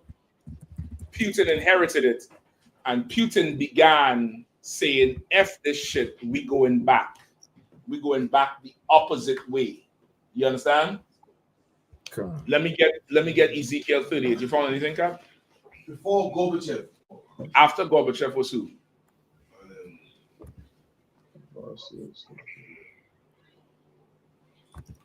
Give me Ezekiel 38. I got that. After Gorbachev, Yeltsin. After Gorbachev is Yeltsin, and after Yeltsin is Putin, I believe. Come on. Right, that's what I remember. Right, that's the succession of it. The whole thing with starting to go west was Gorbachev. Then Yeltsin was kind of going, and to the end of Yeltsin and Putin, beginning of Putin, them niggas say fire for the West. All right, where you have Rudolph, give him the mic if whoever. I got it. All right, go ahead. Book of Ezekiel, chapter 38. And the word of the Lord came unto me. You had one? Yeah, 38 and 1. Go ahead. And the word of the Lord came unto me, saying, Son of man, set thy face against Gog and the land of Magog. Right, you see that they talk about the land. Say, set your face against Gog and the land of Magog. Right? You say, set your face against Gog and Magog. Who is Gog and Magog? Biblically, just for time's sake, I'm going to go through it. Biblically, Gog and Magog are sons of Japheth. They are sons of Japheth, which is why some fake Israelites believe today that the Russians are Japheth, that they're not Esau, but they just Esau-looking Japhites from the scripture. They don't understand it. It's the same thing like saying what? Who is the North American today? If I could say, a white man. Go ahead. The white man. The white man is the American today. Who is the real American? The Native Indians. That's what it is. The white man is called the American because of the land. Native people is really who those people are. Same thing here. Gog and Magog was Japhites who lived in those lands. That land of Russia was originally belonged to Japhetic people. All them people who down there in Australia and New Zealand and them places and Guinea Islands, them Japhites, they lived in Europe first. That's what aborigine means. It comes from the Latin word, which means original inhabitants of Europe. Esau ran up in there and ran them out of Europe. That's why they moved to those isles. And Esau took their land. So Esau is now Gog and Magog. That's why the Lord is saying, set your face against Gog and Magog. Go ahead. The chief prince of Meshach and Tubal and prophesied against him. Again, sons of Japheth, but this is talking about the people in the land of Japheth. And he said, prophesy against them. Go ahead. And say, thus saith the Lord God, behold, I am against thee, O Gog, the chief priest of Meshach and Tubal. Go ahead. And I will turn thy back. I will turn thee back. I will turn thee back and put hooks into thy jaw. And I will bring thee forth, and all thy enemies, horses and horsemen, all of them clothed with all sorts of armory. Even the great company with bucklers and shields, all of them holding swords. All of them handling swords. Handling The Lord swords. said, I am against thee, O Gog, and behold, I will turn thee back. I would put hooks in your jaw like a fish. You know, if you ever been fishing or seen fishing or angling, they be out there catching these big ass fish, big like this table. And the fish would bite a big piece of hook, metal hook, and it gets nudged in their jaw. The fish is trying to do what? Swim away. Or if it's a big fish, he's trying to go down. And you there fighting with the fish. You're giving them some rope, and you're pulling them in. As when you feel the rope get slack again. Once it get tight, you're giving him. Let him swim. Let him get tired. Once the rope loosen up, you wheel him back in. You feel like come alive again, you let him go, because you can't pull while he's swimming. He's a fish. He's going to bust the line. So that's fishing. You're pulling him in, you let him go. Pulling him in some more, and before long, you pull him up on the boat. The Lord is likening that process to what's going on with Russia. Russia was USSR, communist, big mighty power, fell, got splintered, suffered, saw the ways of the West, saw the fornication of America, saw the whole seduction, started to go west, and the Lord said, I'm pulling you back in the other direction. That's the beginning of your conflict with Russia and all those territories. Because when Putin came in, that nigga, just like Chavez, if you go do the history, Putin and Maduro is very similar in how they inherit their countries. At one time, they was dealing with America. Then America crossed them one time, and that was it. Same thing with Maduro. Maduro came in with Chavez, and Chavez said, man, you gotta watch them. Maduro was trying to play ball at first. America double-crossed him. That was the end of it. And America tried to kill Maduro same way. Putin started yanking Russia back to the old Soviet way and started gobbling up all them little islands, all them little lands. Hold on. He said, here, where is it? It's right here, somewhere in this chapter where they talk about the lands. They're going to start to take all them lands around. That's what was happening. But by that time, all the smaller countries that started to flow to the west still wanted to be west. So now speed me up to the article you read was 2014. I think it was before that. Look up the Georgia-Russian conflict. Georgia-Russia.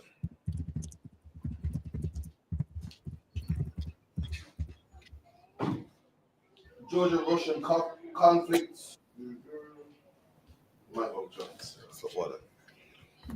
The August 2008 Russia-Georgia war, also known as... So that's 2008. All right, go ahead. Also known as the Russian invasion of Georgia, was a war waged against Georgia by the Russian Federation and the Russia-backed separatist regions of South Ossetia and Abkhazia. The fight took place in the strategical important South Caucasus region. Right, the Caucasus region, the Caucasus Mountains of Georgia, Russia. That same area. In 2008, Georgia, Russia tried to go west. Russia wasn't having that shit. America came in and tried to help. Put troops on the ground, try to help. Georgia say, yeah, we're going with America. Russia dropped bombs on Georgia. Georgia say, no problem. We'll roll with you, Russia. It's all good. It was quick. It wasn't that long. But since then, it's been these little territories trying to break away. So now speed forward to Ukraine. Ukraine, I think, declared independence somewhere after that or around that time. So look up where Ukraine declared it. Somehow you'll always get to change the topic in this class, but I realize you can't keep them a discipline. I'm not going on fast for you. Go ahead. Ukraine independence, 24th of August 1991. Right, 1991. They declared that independence, but then there's been a struggle, there's been a rift. So now it came to a head in that 2014. They declared something around that time, sovereignty or something. What did they declare in 2014? I might be mistaken.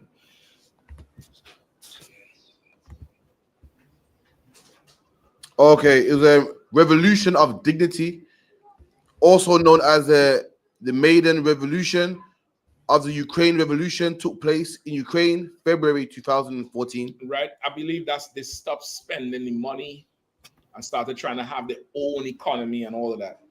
And Russia took that very serious. It's one thing to be a territory outside and you call yourself, whatever, but you still report to us, you still spend our money. I think they, totally separated. And this came from a NATO move. Ukraine is trying to join NATO and getting a battery in the back from America to join NATO, because America really controls everybody, even though they say they don't. United Nations, NATO is the military of the United Nations. NATO wants to put a post in Ukraine. For them to do that, Ukraine has to be their separate self and Russia has to let go. Russia doesn't want NATO to put a post in Ukraine because that means America is too close to Russia for any liking, and Putin ain't having America that close. And that's it. That's really what it really is. Ukraine is a territory of Russia. They're the same people, but they drunk the wine and they don't longer want to be under the strict communist rule. They want to have Beverly Hills. They want to have some Kardashians, man. They want to, they want to live like an American. They want to do the things America does, and they're siding with America. And Putin, he said, we are the same people. We've been fighting. You can look up this quote, see if you could find it, Robin, where Putin said, we are a centuries-old people. This is a 1,000-year war. He said, we are the same people. Because like what I was telling you before, in the times when the capital was in Kiev, they've always been fighting for territories. That's how their people are. And Russian people, they're always fighting each other. Putin said he's trying to not obliterate them. He wants to teach them a lesson, but he wants them to come back under him because he's trying to rebuild the empire. That's what Putin said. America wants NATO there so they could keep an eye on Putin and fire rockets when they want and launch counter-insurgent tactics and launch spies when they want. Putin don't want them that close. So that's what it is. Ukraine is like a little pawn in this whole thing. Ukraine is a pawn. Zelensky is a pawn in this whole thing. This is like a Cold War between America and Russia. That's really what this is. You get it? What you got there, Rabban? Oh, cause it says Russian President Vladimir Putin has made several, dubious historical arguments, most notably in his 5,000-word essay on the historical unity of Russians and Ukrainians. In it, he elaborates on his assertion that Ukrainians and Russians are one people as a precursor to and defense of Ukraine's invasion. That's it. You understand? He wrote a whole dissertation on, why everybody should stay out of this business, because this is family business. Correct. He's like, they just being rebellious, and we're trying to build the empire, and I'm trying not to obliterate them, and I'm suffering all this and blah blah blah. And even when they recently when they fired the missiles deep into Russia, it was a violation. Fired it deep into Russia. He didn't right away retaliate because he knew Biden was the one who put the battery in Zelensky back to do all of that. They're fighting on the outskirts of the city. You fire a rocket into the city. That's, you're violating. And you the smaller one. You get the point? So that's really the root of it and what's ongoing with it. And in there, again, America is the one seducing Ukraine to come to the West, come this way, break away from the communists. They want to weaken Russia because of Russia's ties with China and North Korea. Russia have a ton of oil, plus the ties with Venezuela. They want to weaken that whole alliance so they can have total control. You get the point? Come on, Concept. But when you put it like that, it seems like Putin's like kind of like myself. They don't like breakups, man. But they make kind of like Putin's an evil bastard. And well, they have to do that. They have to do that. And by no means is the UPK saying or siding with Putin on anything. But if it is that you would allow Netanyahu to protect his people, and you say Putin evil, then you have to say Netanyahu is evil. If you could side with Ukraine on this thing and say they want the right to have their land and be independent, then you have to side with Palestine. You know, so it's hypocrisy, but again, politics. Who is more powerful between Gaza and Israel? Israel. They're going to side with Israel. With Russia and Ukraine, Russia is more powerful, but they have a strategic interest in separating Ukraine, so they side with Ukraine. You get the point? That's your politics. That's where politics is. Now, UK is on the bricks of it. Let me end with this one, because goddamn, y'all ring me. I can't get through one topic. So we want to get you in person for a couple of weeks, man. So we have to just ask all the questions. Hey, listen, man, y'all could all move to the States and we ain't feeling the white eggs. We ain't feeling the white eggs. Yeah. Let me send this article to you, Kat. All right, you can pull it up. I just send it to your Facebook Messenger, and then we're done. And I know them sisters and them kids looking at me sideways now, like, what the hell is this shit? All right. You pull it up. You got it. You got it. You can just read it. This is UK. All right. You all know. Last week Friday was the 5th anniversary of Brexit. Right. It's been 5 years since Brexit. And I remember the tape because I did so many speakings on Brexit in UK and DC. And I remember the tape. I remember putting together a compilation of all these white people who can't talk no English. You know, me can't afford to pay me bills and me this and me that and me and I'm like, this is England, goddamn. You're supposed to talk English. And they say, the rich and the poor and the immigrants, and they was like, yeah, let's separate. And of course, the idiots in the public did not understand what they was doing. And now 5 years later, England is regretting Brexit. Go ahead. New report reveals UK economy is almost 140 billion smaller because of Brexit. Because of Brexit, 5 years later, the economy has lost a potential $140 billion pounds because of the separation. All right, keep going. Mayor highlights Brexit damage to London economy. London's economy alone has shrunk by more than 30 billion pounds. Right, in them 5 years, the economy in London. So that's Sadiq Khan. This was last week or a few weeks ago. I think he was going to make a speech to encourage the government to make plans to return to the EU. All right, if you all need a class on the EU, let me know. I'll try to prepare one for Saturday with you. All right, but that EU was a safety net for all white supremacy in England, or not England, but Europe. It was a safety net for them. England thought they could do better without the safety net, without all the rules and all the bureaucracies of the European Union. Go ahead. Come on. Mayor reveals at the prestigious mansion house dinner. Independent reports by Cambridge Econometrics, commissioned by City Hall, shows London has 290,000 fewer jobs than if Brexit had not taken place. Right. So according to their study, the economists he did a study and saw that in the 5 years, London alone lost about 300,000 jobs. About 300,000 jobs. And them jobs would have helped bring in that $30 billion to London economy.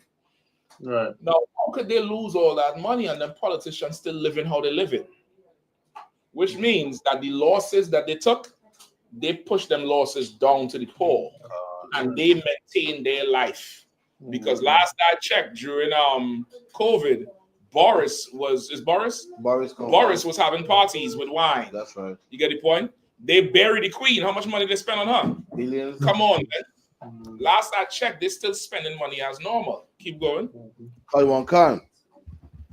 Nationwide common in financial services. Rahman, look up for me these two stats before we roll. Look up what was the percentage of the vote for Brexit back in 2020 or 1920, early 2020. Come on. And look up for me what the stats is today about Brexit. Go ahead. Mayor of London identifies Brexit as key contributor to the current cost of living crisis, highlighting evidence that is fueling fuel prices and food prices as it increases. No, he's saying Brexit is the reason the cost of living in UK is so high. And in a way, he is right, because the European Union would have given a cushion for the events that happened, COVID, and this thing with Russia and Ukraine. The EU would have provided a buffer because you is a common economy. So the money that's circulating amongst France and Germany and all of them would have been able to circulate to UK with the travel, because now you don't need a work permit to go over there and work. You part of the EU. But now what you need a visa to go France, right? Yeah, but before you didn't need that shit. So now you cut out of the economy. See what mark of the beast. This is what Trump is doing with the tariffs. He's raising them tariffs so it's more expensive to bring your stuff in, so nobody would buy from you no more. You wouldn't be able to sell no more. We in them days right now, and they're feeling the brunt of it in the UK. Rabban, you got the stats? I'm gonna come to you, sis. Rabban, you got the stats? Come on, sis. So I'm gonna share my screen. Let's see. So I have it right here. So early in 2020, they have right to leave at 40%, meaning it was right to leave. 47%, meaning it was wrong to leave, and 13% didn't know. Skips it today. Oh, okay, but who vote? How much percent voted to leave? 40%. This is in the public, or this is the politicians? I believe this is in the public, sir. No, I think that figure might be wrong. The public figure was around 51 or 52%. Right? It was a tight finish because the politicians was trying to scare the public. I don't know if you remember that time. It was a whole push about these immigrants. This was the height of Tommy Morrison, the Sharia law in London, and we need to get them out, and England going to be a Muslim country. This was all of that. It's the same thing Trump was doing in England, in US. It's the same thing the Orange family in Netherlands was doing. They had a whole campaign about ethnic cleansing down there. And the public turned, yeah, that's it. That's what you want. The UK has voted to leave the EU by 52% to 48%. It was tighter because they had so much political interest in the thing. What's the stats today, Rob? And 5 years later, y'all voted. Y'all got what you want. We got the vote. We got a vote. You got what you want. What's the stats today? Come on, so they're saying the people who are voting for it or say it's right to leave is 30%. People who are saying it's wrong, how much? 30%. 30? Con. Right, go ahead. And then the people who are saying it's wrong to leave, they say it's 55 and 40% don't know. That there may not be accurate. I've been watching the news all week. It's 60+%. We need to go back to the EU. It's 30-something% saying we should stay, and there's a piece in the middle who ain't sure. The majority of UK, and it's not just England, Northern Ireland and Scotland and Wales, they're ready to go back. They're ready to come back home now. That rebellious teenager who said, I can move out. I can pay my own bills. I turn my own key. You get tired of that ramen after a while. You want some chicken. Now Britain ready to come back and beg. And Keir Starmer attended the first European Union meeting since Brexit, I think last week. He went there, he ate humble pie. Humble pie, and went and sat at the table and didn't, sit there and, hey, how y'all doing? You remember me? They want to come back now. Now find the video or play me the video of Trump talking shit. Trump has done, he said the EU owes him money. I don't know if you remember when the EU, there were certain members of the EU wasn't paying the dues. And it came out in the news, and Trump said, if y'all don't pay your dues, I'm pulling all the military support away, and they all paid like the next week. Trump said the EU out of line. Y'all ain't playing by the rules. He say, UK, you out of line too. But maybe we could work it out with you all. I don't know. It depends. But definitely the EU is out of line. So he's telling UK, if you really want some help, I got it for you. But you're going to have to come on this side. Or you could go over there and suffer with everybody. Right? You found it? Can't say, I believe so. Go ahead. Let me see that. Trump says he will absolutely impose tariffs on the European Union. Of course. And the tariffs is not, the taxes doesn't affect them. The taxes affects the imports into America. So now if I as a vendor, I'm buying something from, let's just say Alibaba. Let's say Alibaba was in the EU. It's more expensive for me to bring it in. So common sense would say I'll have to, if it's cheaper to get it home, now I'm buying from home, trying to boost the economy, which means on the outside, ain't no circulation going on. Now you got to go try to sell to Russia. See, Russia gonna buy your shit, but we ain't buying it no more. The US is the largest consumer worldwide of anything. Get the point? Go ahead. Come on, Carson. Play the volume up. The volume on the tape might be muted. It's not muted, but it's kind of low. I don't know if anybody's. I can't hear nothing. Okay, let's see. It's not muted on my side. You could hear it? Yeah, I can hear it. It's kind of low, but I can hear it. You might have to close the window and play it again. We could probably see if we can pull it back. Go ahead. Or refresh it or whatever. See if we could pull it back. But so what's going on now is England it's facing a crossroads, because if UK stays how it's going, it's quite possible things is going to get worse. It says in the article further down too. Isis, you want a question or something? I never did understand too much about the politics of leaving the EU, but I did hear at one point that leaving the EU will give the UK better links with America. So I'm thinking, yeah, calm, like all my people is in America, it's calm, but it's still costing me the same, if not more, to ship to America. It's probably more. It's what's going on. Like, that whole thing was better for the EU, better for UK was a lie the politicians told the public. If you was paying attention 5 years ago when I was blazing on them, I would have told you that you would have known that. I remember saying that they were stupid to get rid of the immigrants, and the immigrants at the time was the Eastern Europeans and the Pakis and all of them, because who's going to do everything? And that's what happened. Brexit happened one day, the next week there was nobody to drive the trucks, so all the goods stayed on the ports. There was nobody to do deliveries. And now they have to I remember truck driving, because I consider this shit. Hey, give me the mic tips. England was so broke, they was paying man to get the license. They was paying for the course, and the course is expensive. It's a few hundred. Yeah. How much? $4 grand? About $4 grand to say we'll pay for the theory, the practical, the everything. Line. And I think they waived the experience. They say they didn't want no experience. Say, come on. You could drive a class 2. That's what class 2 is for everybody. So class 2 is a lorry or a truck that don't bend. You do that for 2 years. Then like a box truck. Yeah, no big one though. Then for years, since 1800s, this has been a law. Then 2 years you can drive the class 1, which is the one that bends. They said forget that. You go straight to class 1. Straight to class 1. And I think they damn near double the salary. I think the salary was like 60 or 70,000 pounds a year for truck driving, when before you're probably making like high 30s, 40s, somewhere around there. They doubled everything because there was nobody to drive. Polish. And they was the ones who was doing it. And of course, they had to raise the salary because white man ain't working for no 30 grand driving no truck. You got to make it attractive to him. There's your Brexit. You wanted it. You say the immigrants taking your jobs. Go do the jobs now.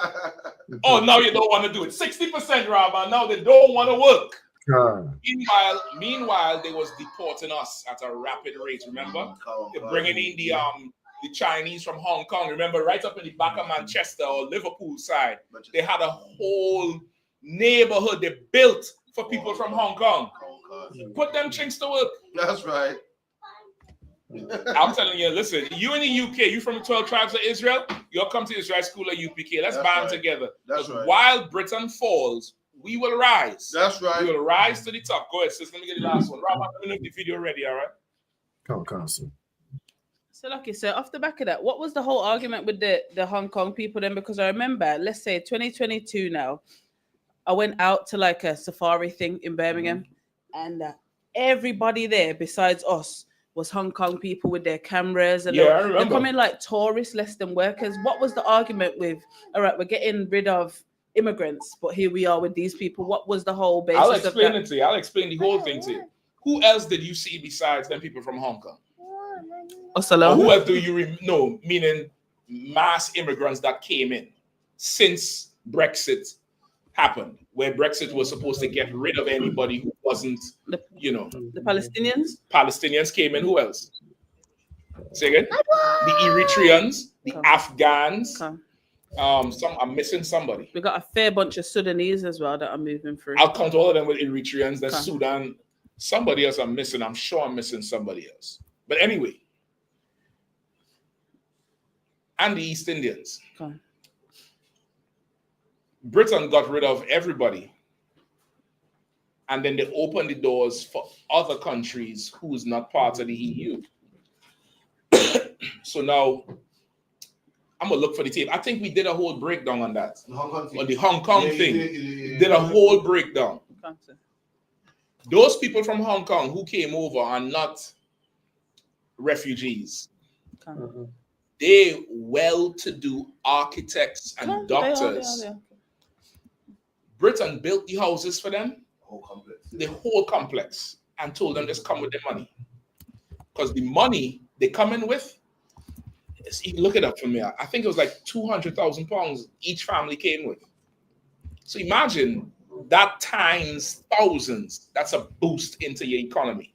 You want to know why Britain lets the Muslims come to us, Muslims and the Pakis and them run rampant and go back and forth? Because money, to bring that money in, because we ain't part of the mafia no more.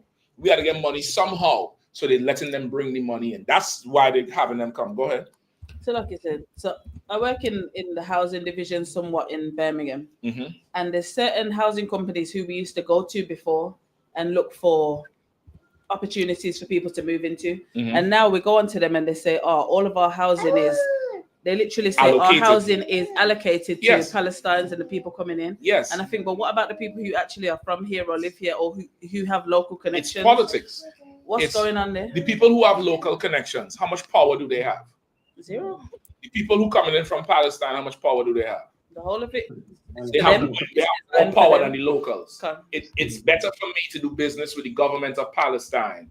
I'll house your people. And who's the people you think they're housing? You think they're housing people who scared of bombs? They're housing the dignitaries of the Palestinians. What does that mean, sir? Meaning, the mayor's son, some councilmen. You looking at them like they're just some old regular riffraff. Because we used to, how we come. We come up from Jamaica or Trinidad or wherever. You just pack wherever and you roll. You trying to make it. They getting it ready made. All they had to do is come and play the part until Trump fixes Gaza. And they still have property there. Now all the money they're going to make from Palestine, if they're living in England, that money coming, that's 10 moves ahead. Now, you and I ain't thinking about that. We thinking about, the Ray nephew.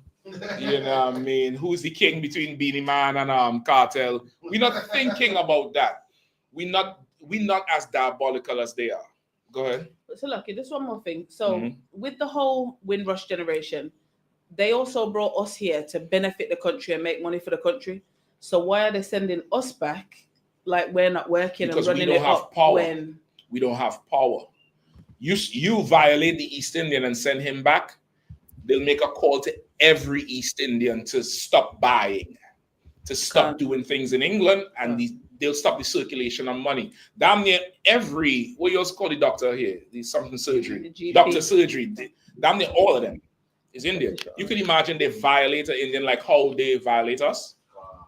And now every doctor, I ain't coming to work. I've seen it happen in Trinidad. In Trinidad, the East Indians own all the gas stations, the grocery stores, all the doctors, all the lawyers. So when something happened, they could all just say, you know what? We ain't going for this. We don't have power. We don't have none. And with the children of Israel. It's in them spiritually to oppress us. All right? Go ahead, sis. Oh no, so here's a small point. Like I watched a documentary with the whole Hong Kong. Their money is different, sir. They will buy houses Cash. over there. Like, and it's no like mortgage, this, that. Like 4 of them in their family. Yeah. I mean, my mom watched it, was like, wow. Like, Yeah, I think I probably see the same one because it was a day I think I was coming to do a BBC class and I happened to see the documentary. It was on the end. It blew me away. Like they was living in Hong Kong and they buying it there and not even have to move. And they say they come over here, life is so much easier. One of them, I think he's an architect. He said he was so stressful. He just opened a grocery store and he enjoys selling goods every day and counting inventory. I'm like, well, goddamn, nigga. Like, shit. Like, you know, this is high disrespect. This is the politics game they're playing. So now if you're scared about this Brexit, because it's going to get worse. It's going to get harder because now England is and the UK is between a rock and a hard place. If both sides is going to fight, EU is going to try to make it attractive for UK to come back. Trump is going to make it attractive for them to defect. No matter which contract they sign, the other side is going to make them pay. It's going to make them pay. Trump is going to make England pay. EU going to make them pay. What are you going to do? What are you going to do? Rob, you had the video? Let me roll it. EU. What is it? I'm used to the EU. Listen, you better be used to. Listen, I'm gonna give you some advice for everybody in the school and not in the school.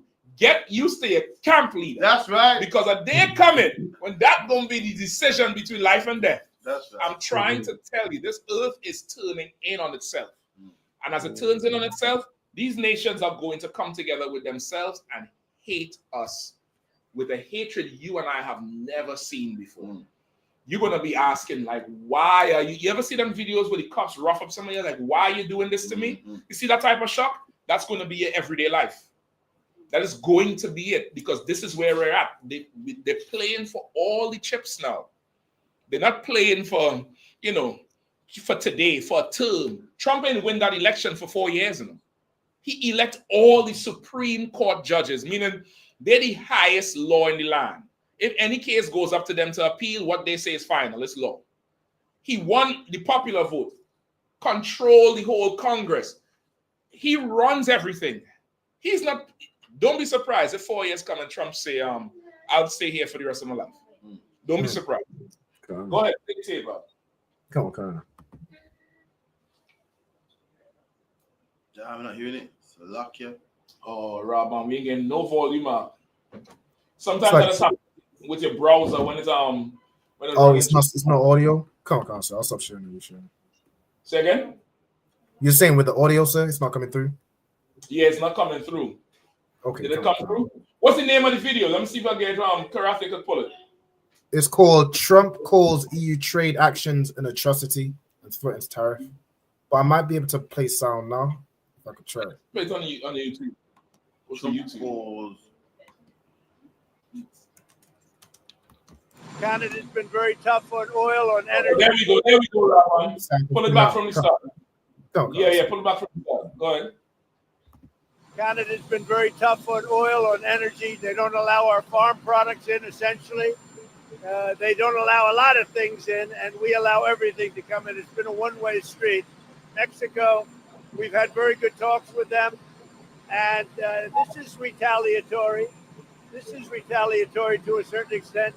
Millions of people flowed into our country through Mexico and Canada, and we're not going to allow that. It will definitely happen with the European Union, I can tell you that, because they've really taken advantage of us. And, you know, we have over a $300 billion deficit.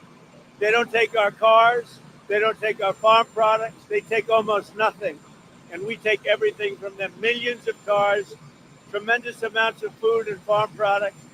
So the UK is way out of line, and we'll see the UK, but European Union is really out of line. UK is out of line, but I'm sure that one, I think that one can be worked out. But the European Union it's an atrocity, what they've done. Storm has been very... There's a code right there. That's a gangster.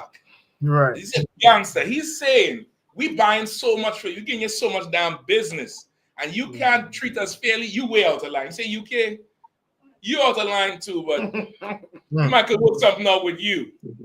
But you EU, you way out of line. He's dividing and conquering, and you could look it up on your own. All this week on the news, all the pundits, all the newscasters, all of them is saying Trump was so disrespectful to us. He thinks we're a pushover. How could he talk like that about us? And it's because the position the UK is currently in. That's why he could talk shit. Remember, he's a businessman. He's seeing the field for what it is. UK don't have options. It's either stay separate and die or go back and grovel to the EU. Oh, no problem. You don't have to grovel over here, at least not that low. I'll make a grovel. You could come over. You're out of line, you know, but you ain't that bad. But them niggas, they bad out of line. He's punking the UK right now. Go the UK. Go ahead, sis. Come on. But do you believe that the UK even has a chance at getting back in the EU? Because we thought we were still big for our boots at the time. It's I possible. can't see the door being open. It's possible. With politics, anything is possible because of the deal. Because of the deal, anything is possible. Like how he said, the EU doesn't take any of our products. Part of the tariff is a deal. Like, I'll put tax on your products at 25%. If you want me to lower it, you have to agree to buy every year $5 billion or $500 billion worth of eggs. So now I have to go get farmers to produce that demand. That's how trade works. You get the point? So it depends on the deal. Right now, he's saying, you better figure out what you all want to do. Remember, before he took office, once he won the election, he said, what? He said the war in Israel and Gaza should have never happened. By the time I take office, they better return the hostages or all hell going to break loose. When was inauguration? January 20th, I believe. They started releasing hostages the next day. You get the point? That's politics. I'm gonna come to this. Says, go ahead. No, I always thought like American England were like together, you know, like brothers. But what I was going, it seems like something's gone wrong. The gangsters are they're together when it comes to oppressing us. But they're the typical white man when it's just them in the room. When it's just them in the room, shit. You remember the English football team? They gone to World Cup. The locker room break out in a fight because the captain of the English team is having sex with another player's wife in the camp. But they had to go out together to play somebody else. When there's somebody else, they could come together. But amongst themselves, they're going to violate each other. And that's them. That's Trump. And he playing for life right now. Since last one, and we go. So like you said, I know, we try and drag these classes as long as we can. Saturday in Leicester, still we go rock with Leicester. We're gonna keep it going. So like you said, question today. I hate to personalize things, but I was in work today. I had on this jumper by Mummy Moran, and it's got obviously the shield of David on, and Christian Indian Christian said to me, "Oh, you got the Star of David on your jumper." And high key, I was like, don't really know what to, I don't want to go into it with her, but at the same time, this is now associated with the Israeli and the Palestine and blah, blah, blah. So I kind of said, yeah, cool. And I kept it moving. Ideally, in a situation like that, how do we conduct ourselves? What do we say? Yeah, you could tell them. You know what I mean? You could tell them. Do I go and say I'm an Israelite or what? You could if you want to. You could tell them. Say no. This is not the Star of David. This is a shield of David. This is David's signature. Say I'm sure you know a star is a ball of gas. Oh, you didn't know that? It was scientifically a star is a ball of gas. This is David's signature in Hebrew. This is not a star. And you can leave it like that. And you can say, if they ask you, well, oh, you Jewish? Then no, I'm a Jew. Okay. And that usually shuts them. I don't get too much questions after that shit. The ball of gas usually ends it for me. But after that, I was somewhat conflicted as if to say, should I go into it? Because she's obviously Indian born, born Sikh, but she's now converted to Christianity. So to her, you want to go into it not for her sake. You want to go into it for your sake. We all have a personal responsibility to make the space in the public realm bigger for us. Concept. We have that responsibility, which is why it's good if the kids go to school and they have a jacket with fringes on, and we don't celebrate this, we celebrate that. Some brothers wear this stuff on the slave. You don't have to, but it's good if you do it. You as you're traveling, you're moving, you rock your stuff. You let them know. If you're asked about it, you damn near better say it. Okay. Cool. You have to now make us as a regular, validated, quote unquote, religion to everybody else. Okay. Because Muslims blew up the towers in 2001, September 11th. They get protection today because they make their religion acceptable. You have to make it acceptable for everybody else. So you want to do it for you, not for them. You saying it to create a space in the future for you. Go ahead. So basically, although she's a heathen, regardless, run what you gotta run. Yeah, in because the hopes of it, if you ask them about their shit, they will not hesitate to give you a brief history on their sari, or why they wear the man dress, or why they go to Juma on Friday. They say, well, listen, brother, you got to know some wallahi, some wallahi. They wouldn't hesitate to give you the whole spill. So you damn near have to do that too. You have to do that whole thing so they know. And that's just that. You get the point? Listen, Saturday we in Leicester from what time? That's right, 5 to 7. 5 to 7 p.m. in Leicester. Maidstone Road. What? Maidstone. Meeting room. It's like the meeting room. You couldn't get that room in the meeting room. We're in the meeting room this time. We're in Maidstone Road, Leicester. Pack your bags because Leicester. After that, we might stay in Leicester until Monday. So just pack your bag. You all know how Leicester is. And tomorrow, get Captain Karate a hand, Officer Hakayan. We're gonna be on the BBC live. Y'all tune in, check it out, share it. Listen, if we can't do it live, the video gonna be on the UK page within Rahman. Be working so fast, but by the next day, it's gonna be there. All right. I would advise you all like and subscribe and share the UK pages so y'all could get. We're gonna be on there tomorrow night. In BBC discussing all these black problems and giving them the solution. All right. With that, what's the name of the station so that we can lock in live in real time? I'll share it. I'll find out and share it. But it's one of them BBC stations down here. All right. With that, pass the class over to Trooper Radayala. I.S.U.P.K security announcements. We are the I.S.U.P.K.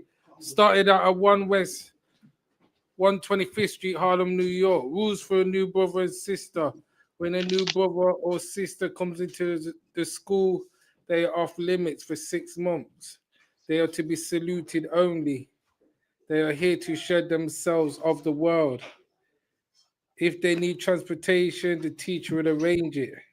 After 6 months, if a brother or sister has an interest in a particular person, he or she must get permission from the head to speak to a brother or sister. There's another 6 months in which a brother and sister will court each other. After this 6 month period, the brother and sister will get permission from the head to marry. Tithes, which is a commandment, Numbers 18 and 21. Malachi 3, verse 8 through to 10 means 10th in the Hebrew, Mashara. 10% of every penny of any increase the Lord gives you. Give to the Treasury Department or teacher. Priest funds. Free will offerings for priests, not mandatory. Whatsoever amount you would like. Upcoming holy convocations. Announce holy convocation from the sheet. Purim. 13th and the 14th of March. Remind Akim and Aquaf to check the bulletin board in the hallway. If anyone wants to be a trooper in the school, start wearing all black, boots, shirts, pants, headbands, scarves. With that, man of Israel, Imagine.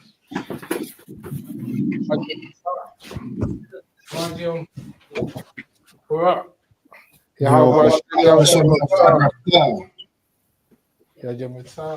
So, I'm going to give the sister a kind of salute. Imagine Shabbat. Imagine Barak. Yahweh Shema Shema Shai. Dismissed.